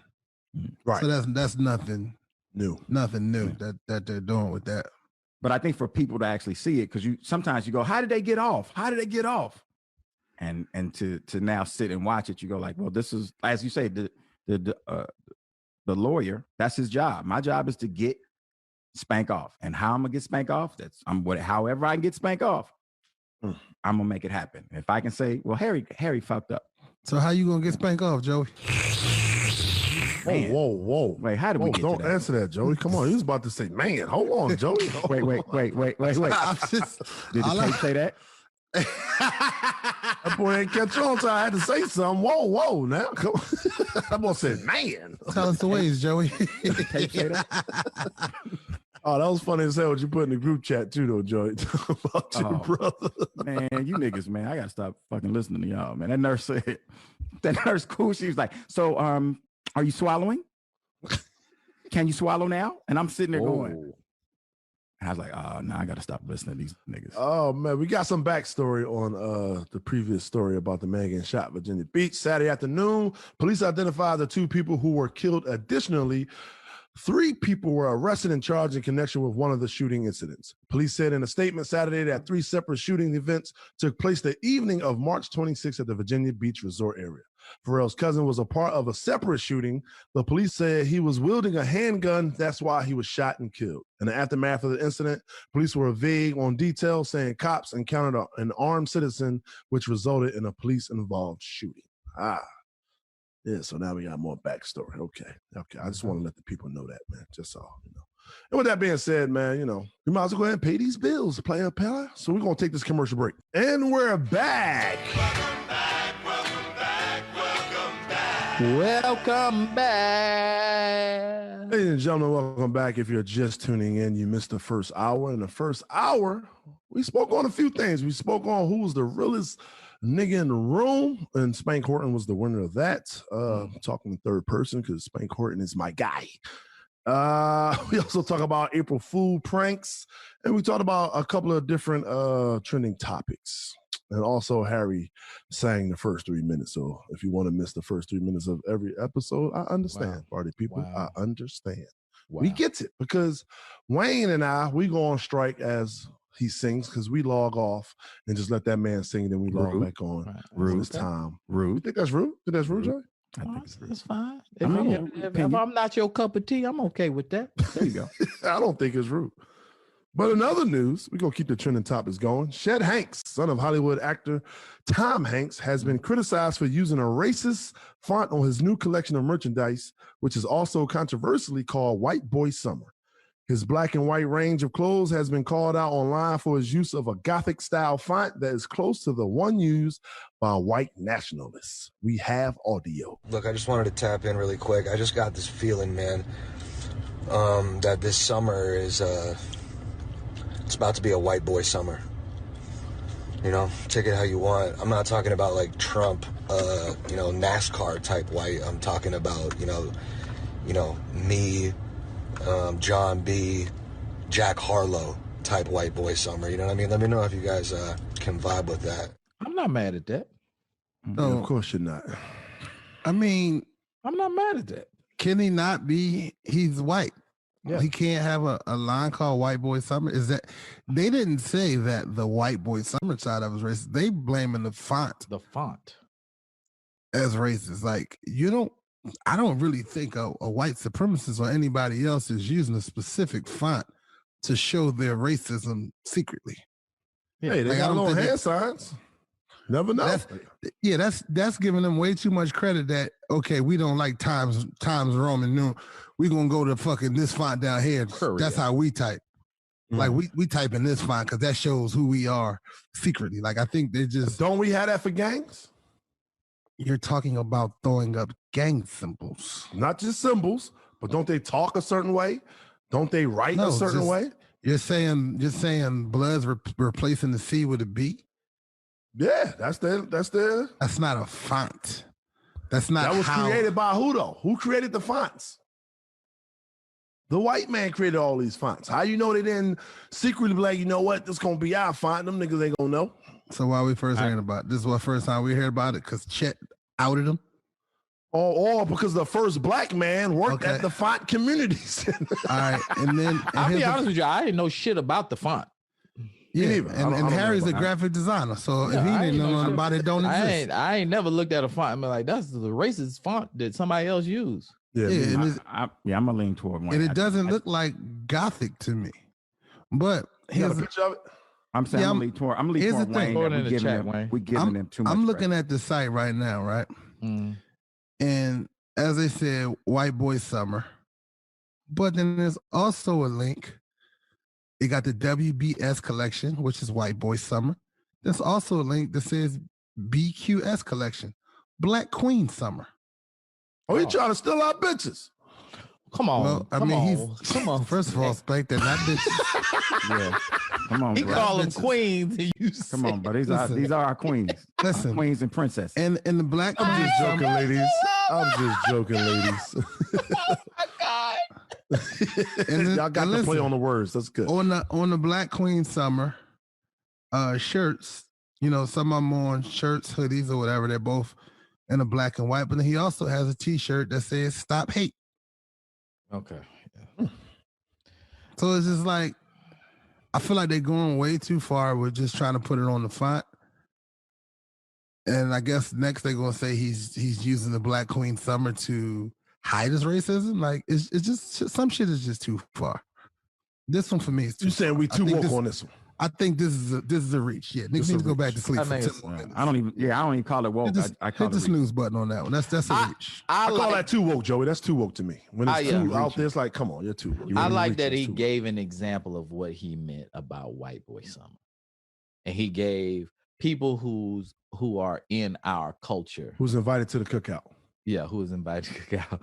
And I hate that term when they say that white boy is invited to the cookout with that white woman. I hate that term. Well, I'm just saying, yeah, I just like to say who is a part of the culture as far partaking in the culture of hip hop and blah, blah, blah. I like that he gave the example and it made it clear to me. So that's why I say I'm not mad at it. All right. In other news, Utah governor signs bill that blocks porn on all cell phones in the state, but it won't go into effect unless 5 more states follow suit by 2031. This is a dirty motherfucker. What? I'm not surprised it came from Utah. I mean, it's Utah. It's a Mormon state. Yeah. I mean, oh yeah, forgot about that. Are we surprised? But my thing is more so, how, nigga? Yeah, how you gonna police me with my porn on my phone? How you gonna do that? I know China blocks certain shit from their internet. Yeah. But it's like Utah, y'all gonna have you can do it on your computer, but not your iPhone. Phones and tablets. And they got things called VPNs that you can look like you're in another place. Yeah. So if you want to watch porn on your phone, you can. I think this is something him just trying to make a statement and be on the forefront of a movement that's not going to go through. This coming from the state that says it's okay to marry young girls and have several wives. Damn, Joey, you just gonna shit on the home? Yes. Yeah. No, the young girls is bad, but the 7 wives, I understand. I get that. I don't see no problem with that part. Huh? Hey, man, I can't deal with one wife. You think I want 7? I mean, as long as they're in separate houses, you should be all right. Nah, you be tired as hell. Who? Trying to go over there and please 7 women. No. They're in different households. You only got to please one that night. Then tomorrow, you go to the next house. You trying to do that? Nah, she ain't got to get pleased tonight. I'm chilling. I pleased last night. It's like the Brooklyn Nets. Every night they're going to give you their best. You ready for that challenge, brother? As long as I got my honey, I'm good. I'm straight. You know what I'm saying? As long as I got my honey. As we say. Maybe the governor is trying to stop the, public of people being in public watching porn and stuff like that. Maybe that's what it is. Because you say there's some niggas getting indecent exposures out there? Maybe. In the line at Chipotle, nigga, looking at porn? You never know. Maybe stuff like that is happening in Utah. We don't live there. So hey, well, they might as well block Instagram because some of these bitches, the content they post, man, it's borderline porn anyway. Man. You can still get OnlyFans in Utah. Hey, you just said porn, right? Or is that considered porn also? Hey, man, listen. I know I've been on Instagram with my phone. I had to scroll through shit because I didn't know who was looking over my shoulder. Man. Some of this shit on Instagram will get you in trouble. That is true. Joy, you know what I mean. You remember that shit you sent me? Get out of there, Rock. It's like he's about to say hamburger. I don't know what you was about to say, Joey. Oh, shout out to comedian Hamburger. Oh, one of the funniest lines. Well, now it's time to get into our segments, and we always like to set it off with sports from Wayne Brown. The hookah bar got Rona. The strip clubs are closed. He's all wifed up, retired, on injured reserve. Third string tight end Wayne Brown brings you the 411 on sports, live from the Waffle House. Good afternoon, sports fans. It's the realest Division I athlete in the room. Wait a minute. Not up for debate, Wayne Brown. I dare y'all to put a poll out on that. See who's the realest nigga, aka Division I athlete. This motherfucker. I had offers. You had offers to come cook. Niggas asked you to perform, nigga. Come dance for us. Oh man. Seattle Seahawks have agreed to a 4-year extension with wide receiver Tyler Lockett, worth up to $69.2 million. The deal includes $37 million guaranteed. Lockett was heading into the final year of a previous deal, which was a 3-year, $30 million extension signed in 2018. So what do that mean for the other receiver? He about to sign, right? Yo, man, I'm so not sold on this dude, man. What's his name? No, the other guy. The green hair. Yeah, DK. Yeah. First of all, you're not sold on him? Nah, I'm not sold because I'm gonna tell you why I'm not sold on him. The DK Metcalf is Metcalf, right? Yeah. DK Metcalf. The DK Metcalf hype did not start until he ran down Buda Baker on that interception. Not true. That's when the hype around him started. Not true. That's when everybody started paying attention, like, oh, he's this, he's that. Not true. I'm gonna tell you it was before them, but only for the simple. Yeah, it's your opinion, but being as though I'm an Eagles fan, it came down on us because his rookie season when he bust our ass, and we could have drafted him. So that was the narrative that I got from him, and I've been watching him ever since. So I've been knowing he's been good since his rookie season. Yeah, look what you just said. You've been watching him because he fucking showed out on the Eagles. Right.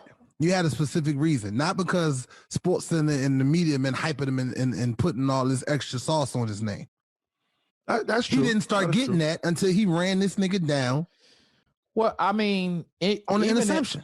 Even in the combine, he got hyped because one, the motherfucker is built like a superhero.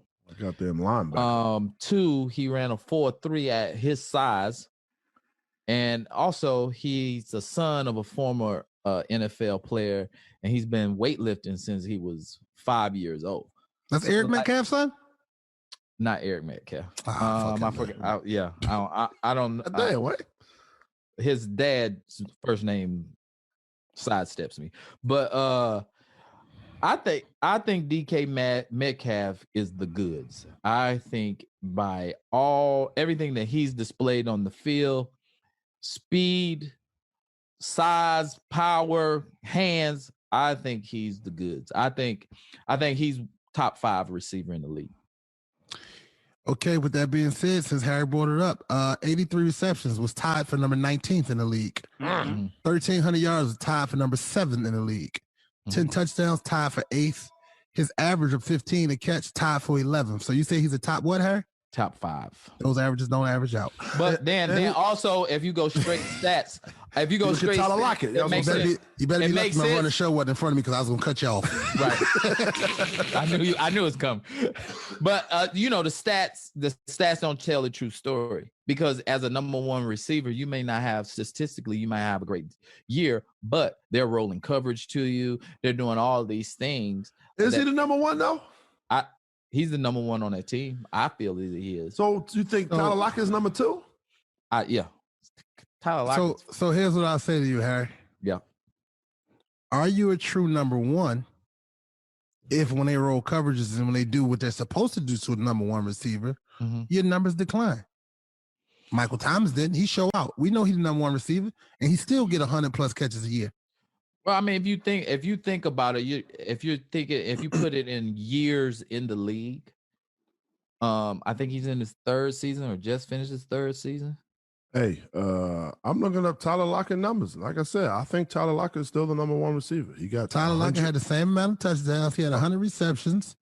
He had about 200 something yards less. I mean, when you just say it and you go, where are you rolling your coverage to? You don't think DK Metcalf over Tyler Lockett? Yeah, because Lockett is the speed guy. He's the speed and he's smart. He's like 5'8". Yeah. And he's more of a deep threat than DK. You talking DK 6'3.5", 6'4". Right. 225, 230. Can run a 4.3. You rolling that way. And their stats is mostly even. So and they put the best corner on DK. On DK, yeah, they got to. I'm telling you, DK Metcalf to me is a top 5 receiver. He may be 4 or 5. Y'all can look at it like that, but he is a top 5 receiver in the league to me. I hear what you're saying, and I would love to see the numbers reflect that. I got you. I just don't see it right now. I got you. To me, he's a more physical Juju. Juju Smith-Schuster. Yes. You see what happened to Juju when AB left, and it was just about Juju. Claypool stepped up and stole the shot. Yeah. So show me him and the other receiver too, though. Johnson, something John. I think is it Deion Johnson? But what I'm saying is, when AB was there, yeah, he was.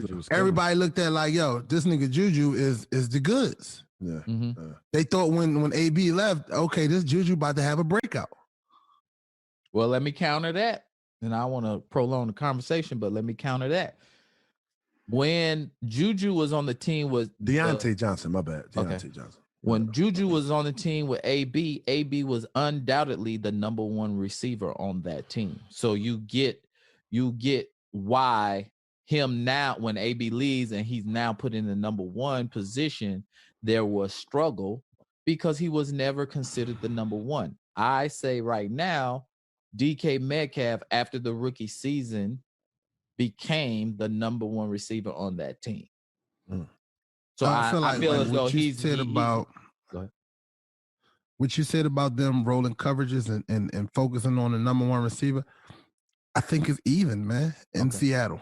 I don't think it's that much of a we game planning for DK and nobody else. I think the coverages is even. Well, right now, I could call DK Metcalf and he could say... That's how you know he's not a superstar, because you still have access. I want to hate Wayne, but I'm not. Yeah, why is this nigga in my phone? All right, moving on. New England Patriots owner Robert Kraft, who spent an NFL record $165 million in guaranteed money in free agency, said the team's recent drafts has fallen short and a turnaround will be critical for future sustained success. No shit, Robert. Moving on. Should have kept Brady, Robert. Should have kept Brady. They should have paid the man. Florida's tight end Kyle Pitts showed out for his pro day running an unofficial 4.440. Oh, that nigga know Jay-Z. That's impressive. They say they're saying this guy Kyle Pitts is the next George Kittle, the next Travis Kelce. And guess who board he's on as a mock draft? Who? Let's go Eagles. They saying the Eagles going? I've seen on some boards he was going 4th or 5th. Is that Eagles? No, Eagles 12th. No. You saw 4th, 5th? I ain't see that. I saw in between 9 and 12. That's what I seen. Oh, 9 and 12. I mean, they changed those mock drafts. They change all the time. That's true. But the one that I saw, which was early, I will say this, was 4 or 5. And I don't know who has those positions, but I just remember going tight end at 4 and 5. Yeah, the last time I seen it, it was first 3 was quarterback. They said it could be first 4 quarterbacks, but he's saying first 3 is quarterbacks. Then I saw a lineman, I saw a receiver, saw 2 receivers. Both boys from Alabama and LSU. Yeah, Alabama. Yeah. And I saw some linebackers too. I forgot the linebacker name from Penn State. Micah Johnson? He's still pumping out linebackers. They're still pumping out linebackers. They're looking tough. Here's what I'm curious to see about Kyle Pitts, and this probably some just bias on my part. Okay, because I was ready to say because you play the same position. Yeah, same position. And he's from Philly. Is he? Oh, yes, I didn't know that. Oh, he went to that nigga gonna be successful.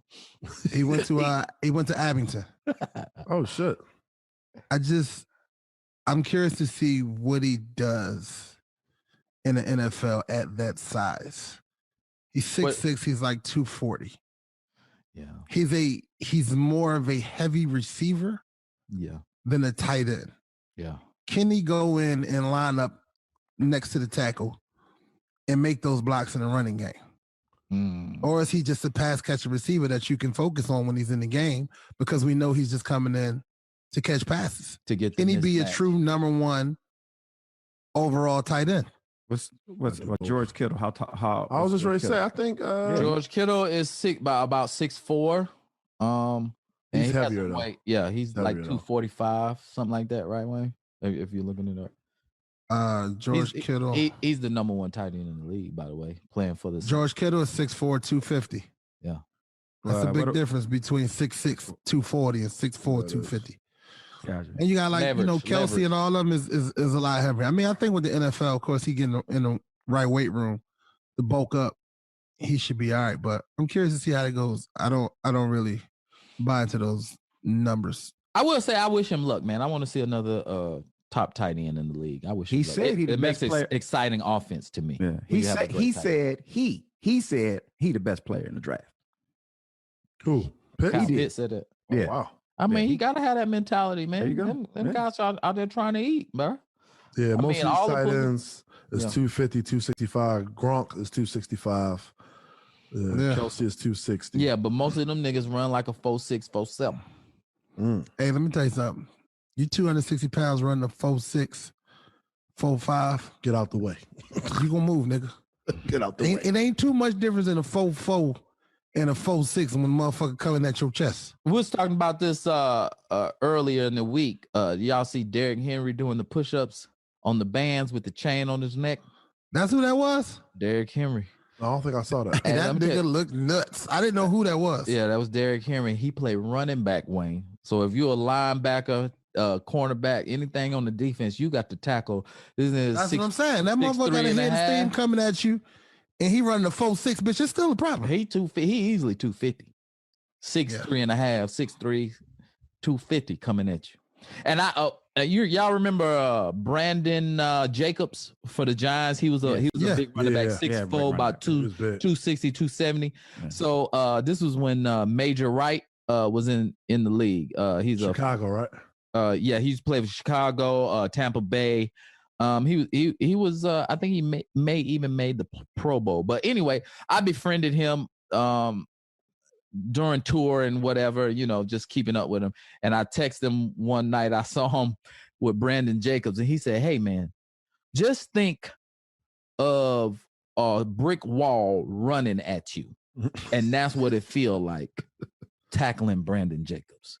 And that analogy put it in perspective for me, because they do have a head of steam, and you're the small cornerback trying to tackle Derrick Henry.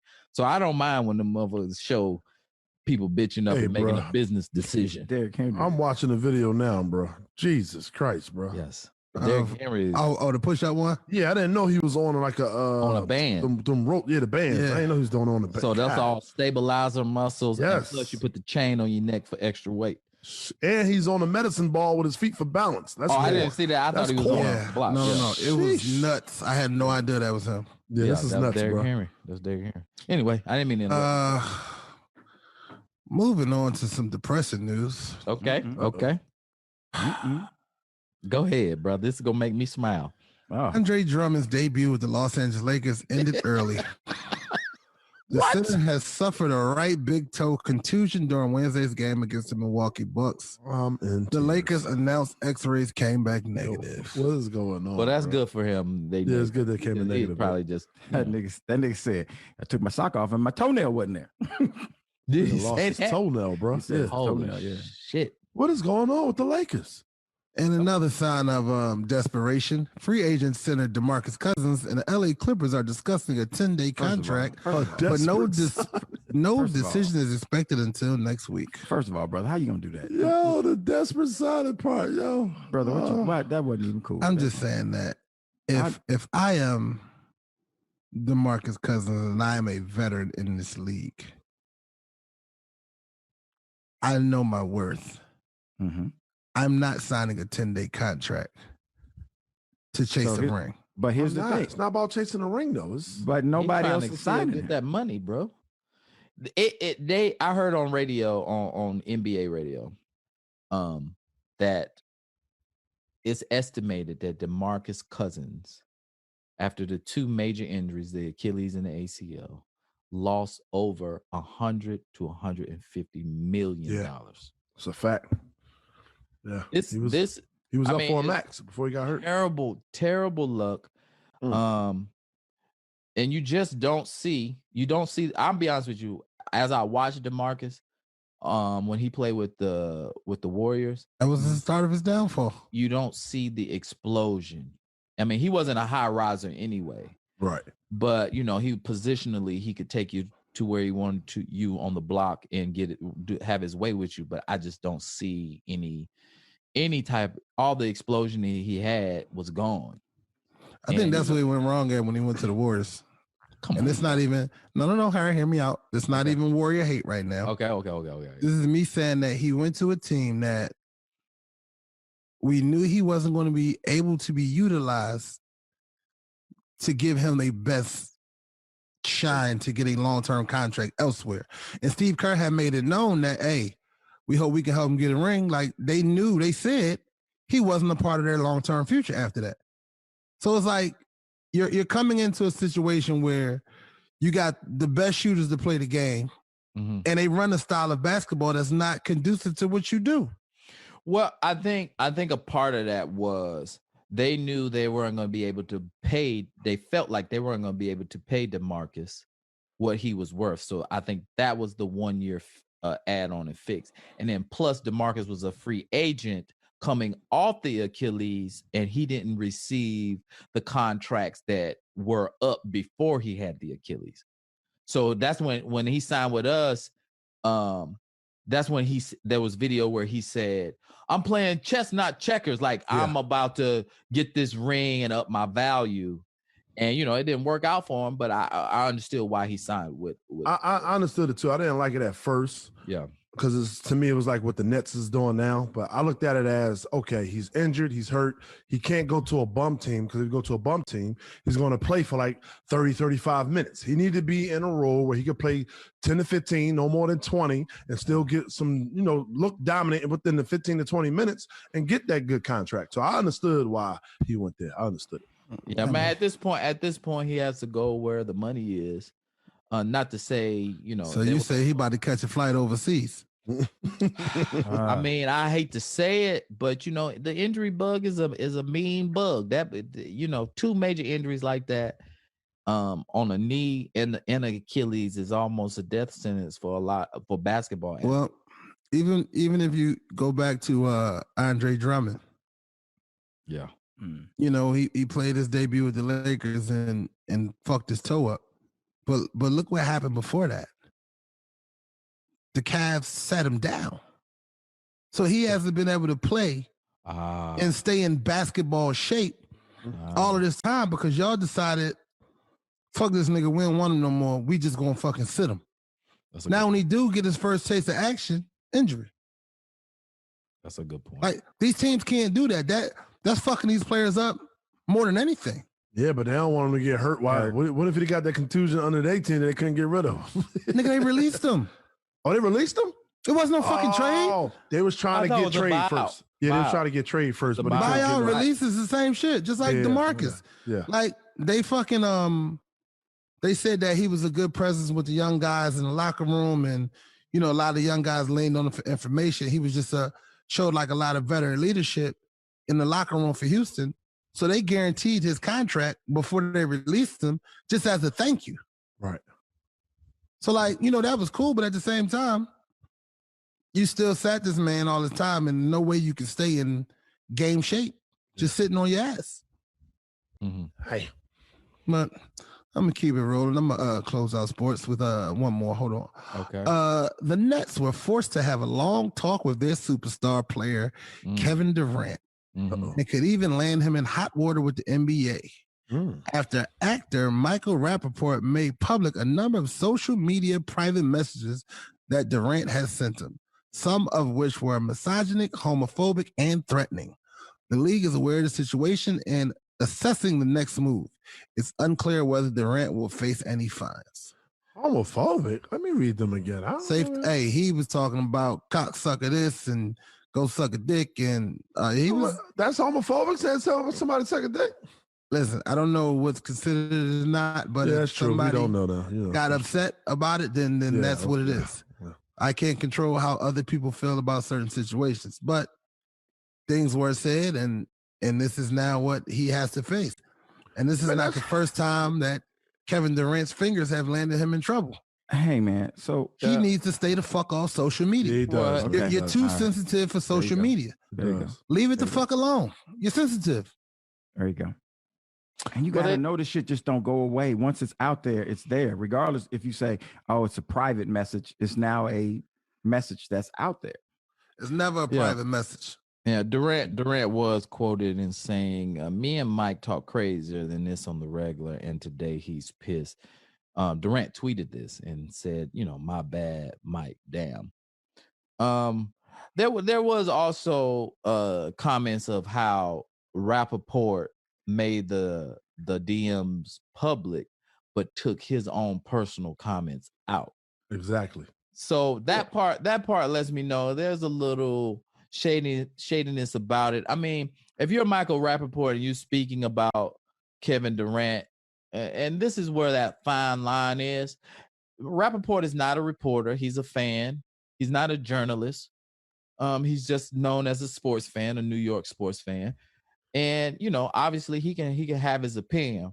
But if Durant snaps back, being that Rappaport is an entertainer is in the public eye, if Durant snaps back, why at this moment? Definitely Durant needs to be smarter as to knowing that his statements can be public at any point in time. But in his defense, if you're snapping at me and Durant has now made it public from the burner account situation, he's now made it public. Look, if they say something about me, I'm coming back at them. That's just a part of his generation. That's just part of who he is. It doesn't make him sensitive. I mean, he's worked hard to get to the position he is, and people who have never played the game. Wayne has said this to me before. You have never played the game, so you don't really know. You don't really know what I've gone through to get to the point that I am. But the fact that he snaps back, why is that so bad that Durant faces the people who are very critical of him? It's one thing to do it to a journalist because that's their job. It's another thing to do it to a fan and someone who's actually a celebrity. Hey, well, fuck you. You don't talk to me like that. I feel like here's the thing. He could have cussed him out or whatever, like you said, and just snapped back. But I think it was the choice of words. Sure. What they're upset about. At one point he said, all you do is cocksuck other men for attention. Called him a piece of shit, told him to suck a dick. Like, it's a lot in there. Like, it's a difference of you just having an opinion and saying something back to him. It's more so what he said is why that it's now such a big public thing. All right, sports fans, that's been all for the day. I'm Wayne 215. And Joel Embiid will be back Saturday, y'all. Yo, you the host, brother. You don't do sports. I just wanted to put that before you left. Yeah, thank you. Appreciate y'all. I'm saying. Thank you. And that's been Wayne Brown. And that's been sports. Thank you, Wayne. I love your perspective on the sports. I'm saying, being the only Division I athlete. Full scholarship. Don't leave it out. Full scholarship. Because the nigga could have walked on. I'm saying I was a Division III. I was a Division III's. Full grant athlete. Full grant athlete. But they made sure I got some extra grants. You know what I'm saying? So shout out to them. Yeah. And we're gonna move it right along to my man, Joey Wells. Joey Wells. And Joey's News. Joey Wells reporting live from the other side of life. Damn. I might change that because I don't like that being out in the world. I don't like that being out. Yeah, because when you die, niggas will try to feel bad for making that video. It's gonna be fucked up.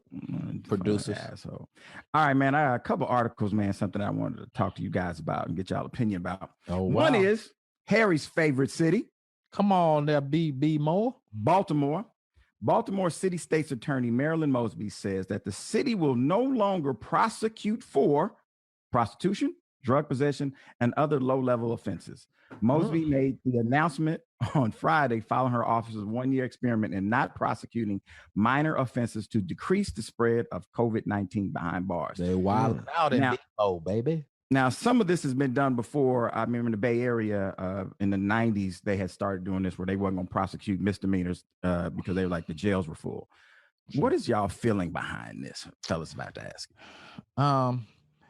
Well, I mean, a lot of that stuff is, when you talk about misdemeanors and shit like that, like even prostitution. All right, listen, should be legal. That's somebody's personal choice. I want to do this for a living. There is a market for it. Right. And I'm not hurting nobody. All the state needs to do is tax it. As long as you wear a condom. You tax it and you provide safety guidelines, such as the standard of the prostitution. Now, I don't partake in it. I'm just giving.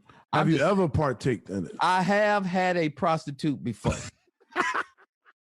I put it out there. You woman of leisure. A woman of the night, a whole stroll. I did. I was a young man. You know, it was exciting. It was an exciting thing. I was fresh to the Navy. It was I ain't gonna tell her nationality, but it was a very nice situation. Sucky. Military lie. Hurry up and buy. I didn't say that. My cohorts here said that.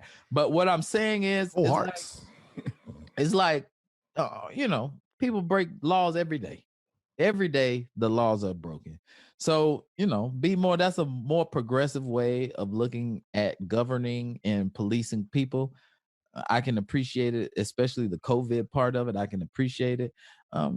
Be more in the forefront of letting people rob and steal and shit. I'm gonna keep it real with y'all. Yeah, that's cracking down on locking black people up. Appreciate it. Thank y'all. Exactly. Locking black people for misdemeanors. Appreciate y'all. God damn. Mm-hmm. Somebody said Wayne out in Amsterdam. You talk about that red light district. Well, it's legal over there, though. It's legal over there. They found a way, like what Harry said. They found a way, like, hey, this is going to happen. It's adults making Let's tax it and get money. We're going to tax it, and we're going to do it this way. To this day, I still find that shit to be hilarious. Dude, the marijuana out here in California is taxed 33%, bro. It's a lot. And they saying that ain't enough. I think it's more than that, huh? Yeah, that last time I checked, it was 33. Not that I smoke marijuana. It's legal, you can. But I was at the dispensary last night, and as early as last night, I went and bought a bunch of shit, and I haven't been going, and I'm like, yo, this fucking tax is high as shit, man. So then I look at the list, and he's like, telling me if you got the medical cards, you don't pay them taxes. I'm like, all this time I've been coming here, I forgot to bring my medical card. Nigga, I went that motherfucker last night and she rang that shit up and then hit the button again and it didn't move. I said, I've been cheating myself all this time. Wow. Really? Hey, that straight price. Hey, fuck that 33%. That shit's a lot. 33 No, that's a lot. Plus, from my understanding, a lot of people who dispensaries were like, hey, this is incredible. This is incredibly fucked up.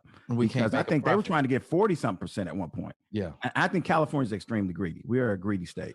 I mean, here's the thing, Here's the thing, I get what they're doing though. You got to figure like, all right, this shit was illegal. This was once illegal, and now then it was medical. Mm-hmm. Now we open it up to everybody. Mm-hmm. But for you to take advantage of this, it has to be tax on it. We have to now get our money. We can't do it for the people that's medically inclined to take it.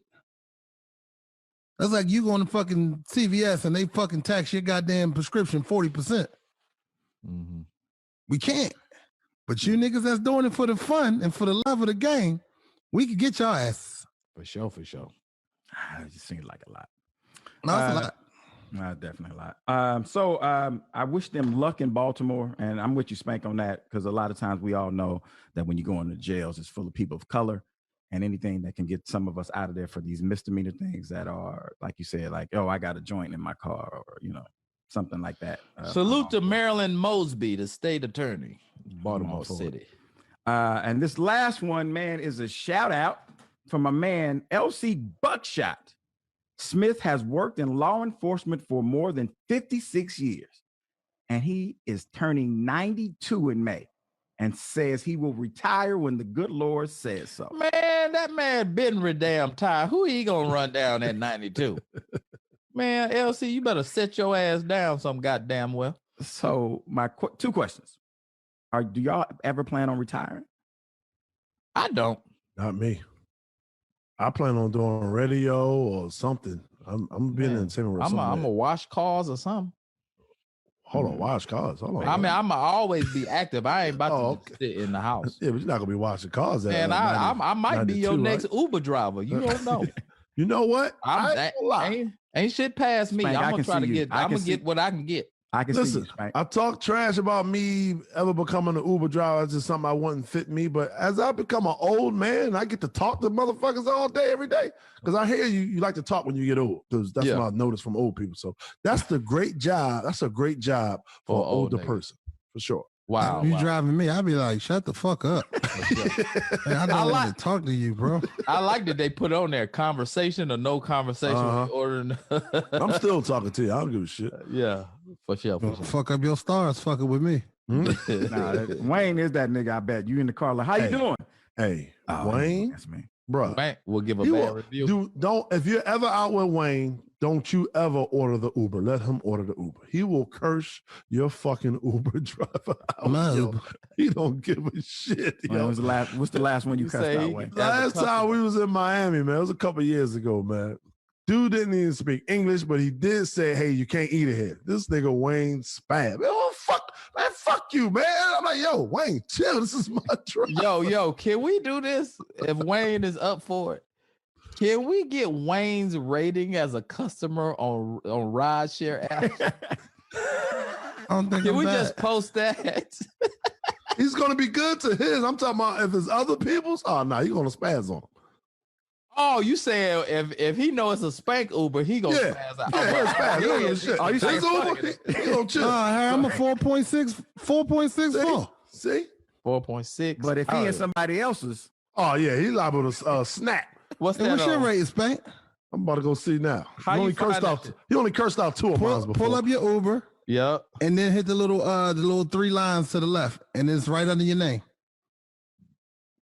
Oh shit, Harry, a 9.94. Get the fuck out of here.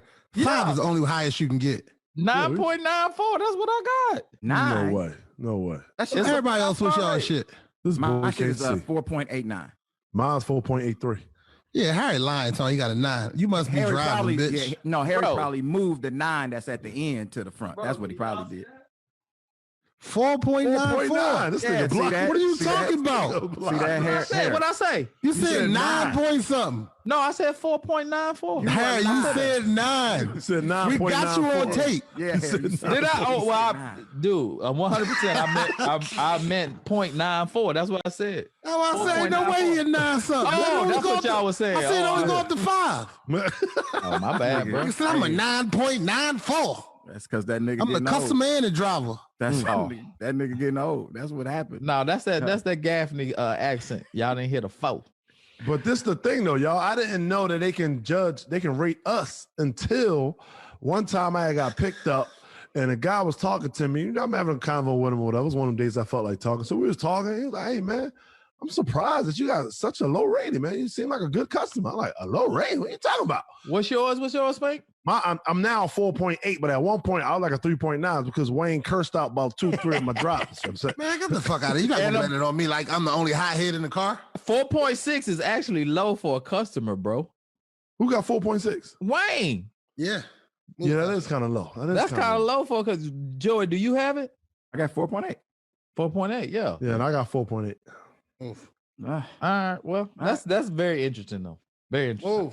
All right. Well, hey man, like once again, that is my news. And to LC Buckshot, I don't know who you arresting. I don't know if you pulling anybody over. But hey man, good work for you, brother, and keep on going, man. That's my news. I'm out. Good shit, Joey. Good shit. 56 years. You ain't got no Clubhouse? I got on Clubhouse last night, but I couldn't really be on it because I went out to go get something to eat. So I couldn't stay on it all night. Hot date. I bet he ain't closed. No, it wasn't a hot date, man. It wasn't a hot date. But damn. One of the ladies I do, you know what I'm saying? That you need to go to Baltimore and buy you some pussy. Fuck. It's legal now. No, I do not, man. I am a Christian man, and I'm getting to learn myself. Well, go on Christian Mingle then. God damn, do they something. They definitely got him in there. You know. Farmers only. Nigga, go somewhere that you could close. Average Uber customer rating is a 4.89. So we average. All right, well, I bet my rating from my fucking driver is higher than that. Oh, shit. 5.0, bitch.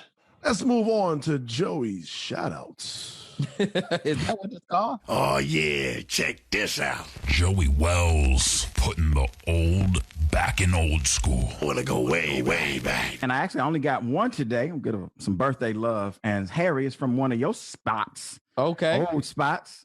Chris Wilson from Milwaukee, Wisconsin. He's turning 19, which was yesterday on that 31st. dirty ass city, Milwaukee. What up?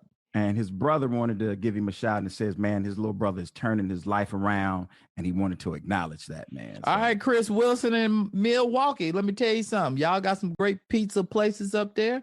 The cheese curds and the cheese is overrated. There's a lot of crime there. There's not a lot of hope in Milwaukee, so get out of there. Damn, Harry. Yeah, man. Yo, Milwaukee and Baltimore, bro. Who's worse? Who's worse, Harry? I'm gonna say Milwaukee because there ain't a lot of shit to do in Milwaukee, but rob a nigga and eat cheese curds. God damn. But Milwaukee, Baltimore is not, the harbor full of rats.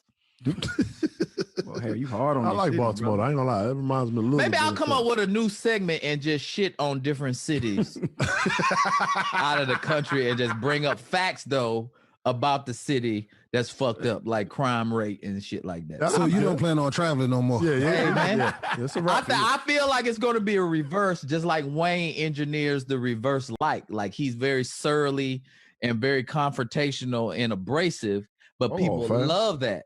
Hey, don't call me surly, nigga. Don't call me. No, I'm surly. talking about Wayne. I said Wayne, surly, not Burley. No, I'm just saying, as for Wayne, I don't want to let another man call me surly. Okay. On, surly. Very angry. Is that okay? Well, say angry, nigga. Don't call me surly. And has a very rough disposition. Some of these dudes, they be mad at you, Harry. I mean, they be like, ready. Oh, yeah, they get fired up. But they ain't hurt me. I'm 50. I done lived my life. Go ahead and take me out. Speaking of birthdays, y'all, it is 168 days until Harry 5-0. 5.0 like the Mustang on y'all whole ass. 5.0. Oh, Joe, you didn't read this. Hey, Joey, I'm a big fan. Day one, fan of Straight from the Heart. I love you and Harry singing. My birthday is on the 7th of April. Yeah, that's why I was gonna wait till next week. But okay. No, we doing that today. Can I do Naeem's knowledge? Because they got one that's mention my name. Well, fuck it then. Yeah, if you want to do it. Nigga, y'all did sports when I wasn't here. That's how I lost the segment. That's what we just said. You can do it. Hey, go ahead. No, I'm just saying, man. Don't fuck with me. No, we all agreed, nigga. Do it on your side, Harry. All right, shit. Don't look, man.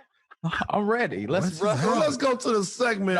In my mind, y'all was gonna say no. That's why I just responded with my prepared reaction. This nigga was cussing us out for no reason. Like, I want to do it. Okay, you motherfuckers. Harry, we said you could do it. And now we're gonna go to Harry's knowledge, formerly known as Naeem's knowledge. From the sewer to entrepreneur, too woke to be broke. Naeem's knowledge. All right, this kind of poses about, most of our occupations dealing with comedy, whether we perform or we're behind the scenes. This is from @Sam's Club Poppy. I heard you and Joey talk about stage fright.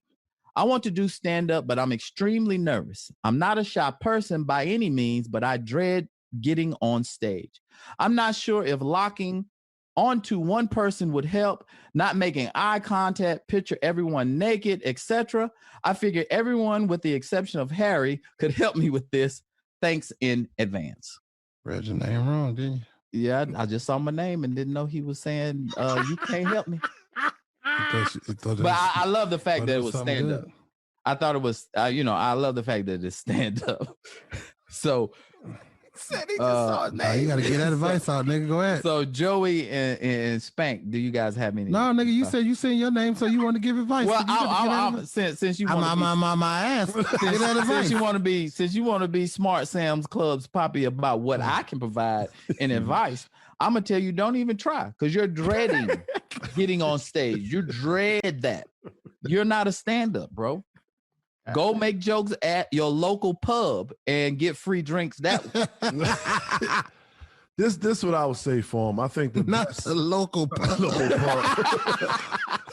I don't know. Every time I hear pub, man, I think about being in the hood. And one of my friends, we going to the club, and he was charging. Going to the pub, and he was charging $5 to get in. This thing like $5 for a pub? Not for the pub. I'm not paying no $5 to get in the pub. It's a pub. Yo, he's just so mad about paying $5 to get in the pub. I'm like, bro, let it go, man. God damn. But the advice I can give you, brother, is this: have a show and invite a lot of your friends and family. So if you invite a lot of your friends and your family, they'll be in the audience, and that will help you with your confidence because, your friends and family, hopefully they think you're funny. And if they think you're funny, then they'll support you. And that'll help you get rid of some of your stage fright because you can see some familiar faces in the audience. I think that's the best advice I can give you, my brother. That's good advice. I'm going to go totally opposite of Spank and what he said because I have stage fright every day, all the time. And I invited nobody that I knew because I felt like it would be more pressure with my friends sitting there looking at me, just staring at me. So that is something that you're going to have to figure out your way of like what makes you comfortable. I don't know if it's standing on the side. You got to get a routine. Is it you taking 10 or 12 deep breaths? Is it you doing some meditating? You have to get through that and then get on stage because I'm nervous until I grab the mic. And then at that point, I'm like, I'm okay. But you got to figure out a way that works best for you. Everybody has different one. Use different little techniques. Or you can just do what Harry said and go to the local pub and get a beer. All right, and that has been Harry's knowledge. Well, here's what's funny. Wait, let me tell you what's funny about this. This has been there for about 5-6 months. Are you serious? Nine never has read that. I always see really? It, and he's never read that. And that's funny. On the day he's not Sam's here, Club. On the day he's not here, Harry goes and reads it because he saw his name. That's funny. Right. But yeah, it's been there 6 months. So now it's time to go to No. No. No. We are not about to end this show without discussing what's going on tonight. What's going on tonight? What? The greatest moment in television history. Oh my God, I know what you're talking takes about. place tonight. I know Some what you're talking TV about. show. If I know Wayne, I know what you're talking about. What I missed, Wayne? Talk to me. You got Elliot Stabler returns to Law and Order SVU. That's tonight, man. Not only does Elliot make his return, the debut of his new show, Law and Order Major Crimes, debuts tonight. How many negative points do Wayne get being a Law and Order fan? I grew up with the police, nigga. Oh, okay. God damn, that's God damn, that motherfucker. I was raised by the police, nigga. Transition that into. No, the when real I estate tell world. you, they've been promoting the fuck out of this guy's return. I mean, God Yo, damn. What happened? Stabler is Why did back. he leave? Why did he leave, Wayne? So, in real life or on the show? On the show. Let's on get the both sides. Yeah, on the both sides. show, there was a shooting inside of the police station, and he ended up shooting and killing a little girl, but she was wielding a weapon. And then after that, he just like fuck it. He just put in his papers like it was just too much. He just like I'm out. Right. Okay. So he stepped away from SVU, but now he's back and heading up Major Crimes. So what's the real reason why he left? The real life reason? The nigga probably wanted more guap. Wanted more money. He probably wanted more money. He's definitely the most known out of all the characters, for sure. For sure. Like people was fucking pissed. I was pissed. So I was like, Elliot's not coming back. It's gonna be fucking stupid. But they was, Law and Order, so they was able to carry the torch. Yeah, I'm gonna be honest with you. I didn't really know. I thought he got killed off. That's what I thought when I saw that he wasn't on him. He shot somebody. You say Dick Wolf got it figured out. TV genius. Hands down the best one to ever do it. Dick Wolf. Shouts out to Dick Wolf. I need that cameo. I hear one. Wayne, you would do it? Yeah, working on that. Okay. Wasn't Kev supposed to be working on that? Kev lies. Kev is full of hyperbole and nobody lies. believe that shit when he said. But Wayne, what if they said we're gonna make you a street thug, a drug addict? I ain't gonna be a doorman, Harry. Would you do any of that? How you doing, sir? Yeah, that's Let me hold your hat, sir. Oh shit! No, you gonna be the cool doorman. I didn't see anything. You know what I'm saying? Nah, I didn't see nothing. I just got to work at. Yeah, I didn't see nothing. How nervous would you be, Wayne? Because normally, Wayne, you're pretty calm in situations. Well, you know, I've acted in several major blockbusters. For sure. That would be cool. For sure. I think that would be good when this is just a TV show. What? It's just a TV show. I've played in $100 million movies. So, but what is just Wayne? How many years? Right along, Wayne. How many years have you been watching Law and Order? 20 plus, man. It's fucking Jesus Christ. Yeah. That's the only time I think I may have said this on the show before. The only time I've ever seen Wayne somewhat starstruck is when he met what's the Tamara Tooney. Yeah, she plays Warner. She's the MD. She's an MD on the show. And I don't know shit about Law and Order. So Wayne was like, "Hey, take this picture for me." I'm like, "Nigga, who is this? What auntie is this? Nigga, shut up and take the picture. Shut up, take the picture, man. I'll tell you afterwards." And he told me about she was on Law and Order. So that's the only time I've ever seen Wayne. Well, he took a picture with Oprah, but that's the only time I've ever seen She Wayne. asked me though. Oh, bet.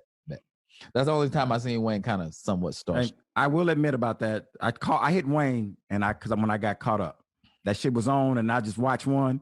Nigga, next thing I know, it was about 11 o'clock at night. Next thing I know, nigga, it's 4 o'clock in the morning and I'm sitting here watching this shit. And the show is good. It is a good show. It is a good. I catch pieces of it, but I can't process. Oh, nigga, and then the next anything that's happened in the news, you've seen it on Law and Order. Yeah, it comes on Law. Yeah.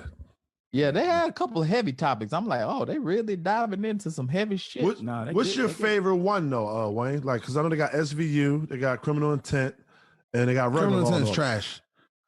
Everybody say that. I kind of like Criminal Intent though. I wasn't really feeling Criminal Intent.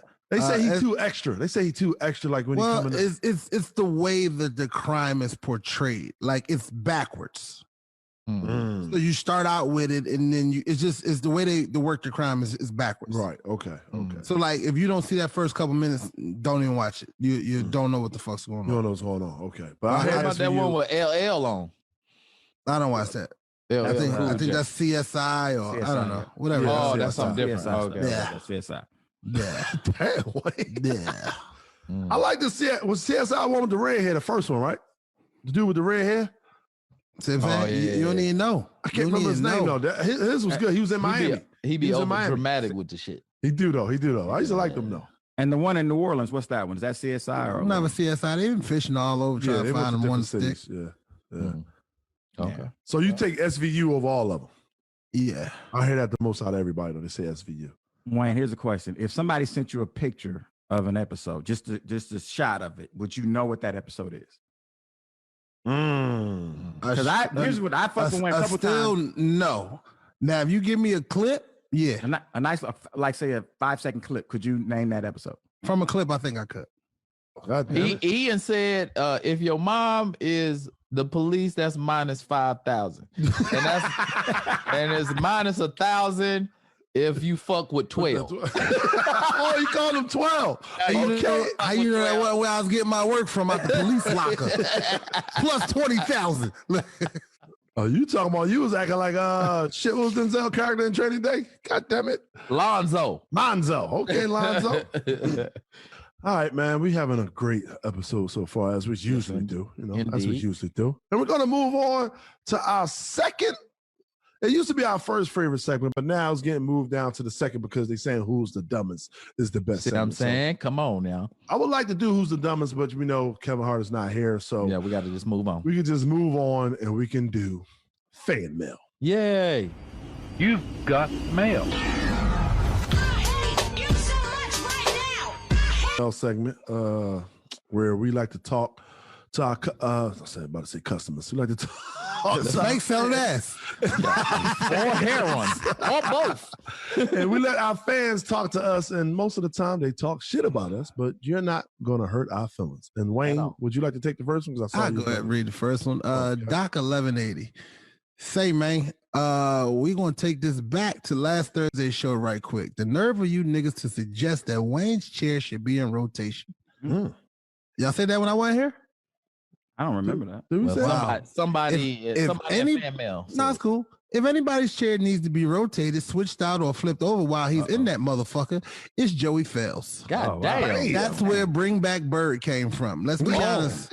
When Wayne, Harry, and Spank misses a show, 9 out of 10, them shows gonna be ass cheeks. Okay. We the fans gonna get robbed that show, and we all know it.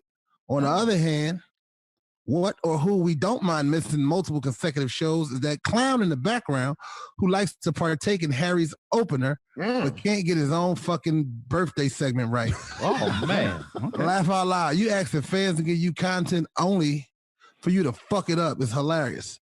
What a fucking moron. Damn. Joe. I'm sorry, Joe. This is getting bad. No, keep going. I want to hear. What's next, bro? You gonna give us the weather? I was thinking about it. I'm gonna help you out, old time. I got you. You look like a nigga that keep ebony magazines and shit on your living room table. Why not tell us who that Jet Beauty of the Week was back in 1990? Damn. Can you get that right, Fels? God, I don't know what you did. Joey to Doc. Fels? Hey, Doc 1180. I remember now. Now, wait. Doc, guess who listening to who? There you go. He went All right. reverse psychology. Hey, man, happy birthday to you, man. Send your birthday in so I give it a shout out.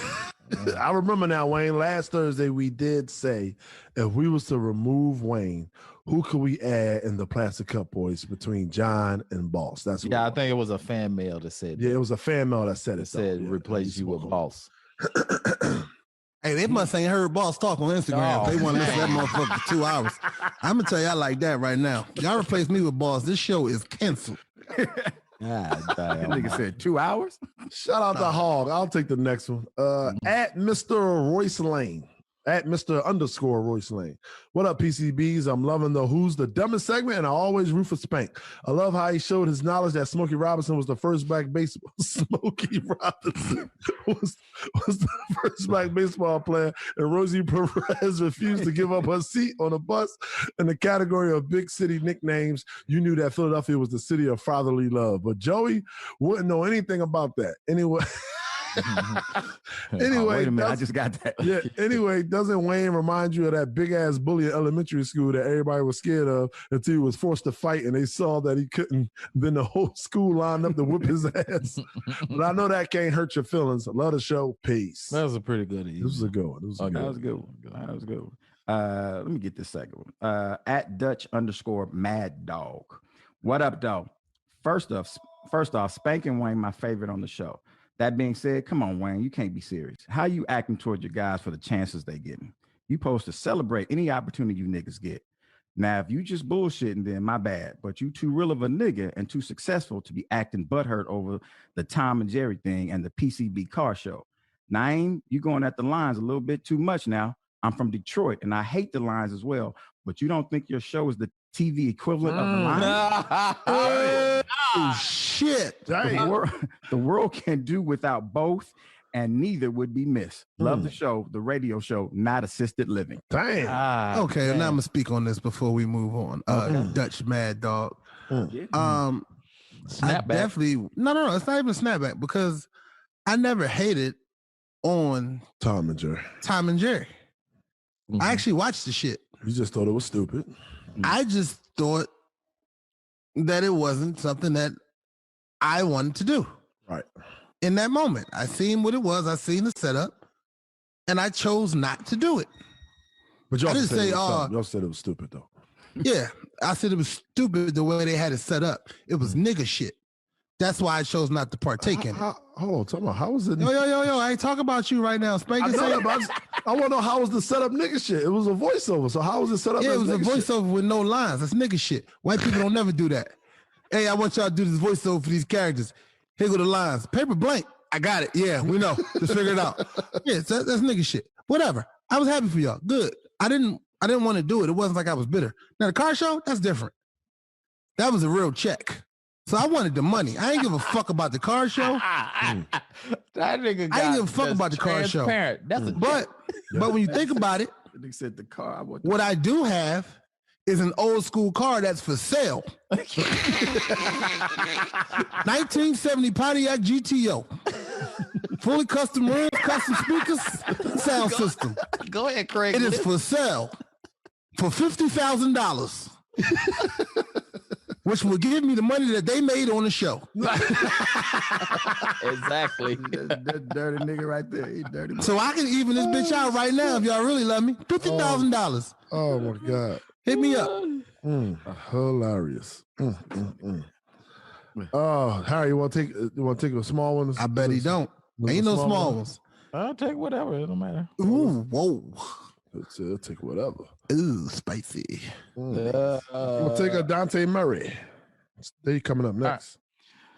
Dante Murray. What's going on, Plastic Cup Boys and Big Hands, son? What's that? Big Hands, son. They're talking about Wayne. No, they're just talking about Wayne. Big Hands. Oh my God. That's hilarious. I would just like to say, the longer I listen to y'all, the more I'm becoming a real fan. I mean, how can I not when you see what Kev did to my original favorites, Jamie Foxx and Cat Williams, with a simple call to his friends? But it's okay. I'm willing to adapt to new things, even though all the impersonating going on. Harry be trying to look like T.I., but sound like Cat Williams. Wayne trying to be the overweight version of Dame Dash. Naeem over there with a Jaws-erciser trying to get his face fatter to play Dante Bond's twin brother in DeAndre Bond. And Spank has been trying to be Daffy Duck for the longest. What? Don't believe me? Tell him to pronounce depth. Even though the fuckery, y'all still the hottest shit on air. So let's go back to the beginning of this. How is Big Hand's son? What the fuck is that? You know it. She got big hands. Oh shit. Good That's one. why we started. Yo, I was like, what the fuck is that? It confused me for clever. a second. That was clever. Very witty. Oh shit. Loyal listener. Got it. For sure. For sure. All right. Well, that was 4 of them, wasn't it? Yeah, that was. You want to close it out, Spank? I can close it out with one. Which one like is gonna be the funniest? Mo Boogie 5. Mo Boogie 5. Let's go to Yo Boogie 5. He's just talking about you and Kev. So all right. At Mo_Boogie 5. Yo, Spank, being mad at the questions is hilarious, but he doesn't get it. You and Kevin were so damn stupid that Harry had to give y'all 5-year-old questions. And remember, those were supposed to be for you and Kev's dumbasses, but Kev dumbass didn't want to play. Everybody always knows the answer when it's not asked to them. And for you to say that the Leaning Tower of Pisa question and the Pyramid question are different shows that Philadelphia let the wrong 2 niggas escape. Still my nigga, but you dumb and wrong. No, that's totally different. We all talked about the pyramids growing up in school. You did not talk about no goddamn Leaning Tower of Pizza. Shut up. You're wrong. Endo, my nigga. The nigga said Philly let the wrong 2 niggas escape. Like, that's a fucking jungle. God damn. I'm trying to tell y'all, man. That just let you know right there how bad it is. Yeah, that was tough. Oh, shit. The producers put in the 1970 Pontiac GTO MSRP about $23,000. Yeah, that ain't with a motherfucking engine bay like mine, nigga. That's one you can get from the scrap heap. Oh, shit. No, we definitely was overcharged for them goddamn cars from that dealership, but we're not going to shout him out. Well, that's how you keep the value. You keep overcharging. You pay about $500 for a bottle of Ciroc, don't you? Oh, yeah, you do. You definitely do. That bottle of Ciroc, $60 in the liquor store. Shit, 35. I thought it was like 60. It's 35. No, ain't nobody paying. Oh, it's 39. It's $39.99. My bad. $39. 35. Yeah, the tequila. Wait, no. The tequila we get is 60. That's right. Oh my God. Ladies and gentlemen, man, this has been another episode of Straight from the Heart. Right here on channel 96. Sirius XM, where you can listen to us every Tuesday and Thursday at 4 p.m. Pacific time and at 7 p.m. Eastern time. And I'm not here by myself, man. It was me and my boys, man. We do this. Man, we just do this thing we just call this life, man. It's not brotherhood. This is brotherhood. Yeah, we don't feel like this is work, man. It's just brotherhood. We love the fact that y'all love us and y'all tune into us. And we're signing out, man. I'm your hope. Hey, real quick, I just put a 1970 Pontiac GTO in the motherfucker group chat. That motherfucker going for $96,000. It's the same one as mine's, but mine's is black. That motherfucker white. This nigga is nuts, bro. Fuck y'all talking about? I'm about to click on it and see what they motherfuckers going. And they got a gray one like mine, but that motherfucker 80,000. I don't know, bro. This nigga put a judge in here. Hey, bro, yeah, that's a judge, but that's different, a judge. Yeah, this is my. Oh, that's the judge and jury. That's a upped version of what you got, GTO. Yeah, you ain't see. I got the judge keychain, nigga. Do you? Yeah, I do. Yeah, that's hilarious. So I don't know if mine's is the judge or not. It can be the judge with a stick on it. You can be the judge with the sticker, brother. All you need is a sticker to be the judge, brother. You don't have to have all the components until you pop that hood. Hey, bro, this ain't no judge. Oh, yes, the same one I got. But man, I've been Spank Horton and to my left, to my right, signing out. Joey Wells 5. H Goodspeed. 1970 Pontiac GTO for sale. Hit me up. Thank y'all for tuning in. We out, y'all. Peace. Ladies and gentlemen, you've been listening to Straight from the Heart, real, raw, authentic radio. Guys, to listen to this show and previous shows, all you need to do is go to SiriusXM.com and listen on demand. You can do it on your phone or on a SiriusXM app. A Tastemakers Media production. So tasty.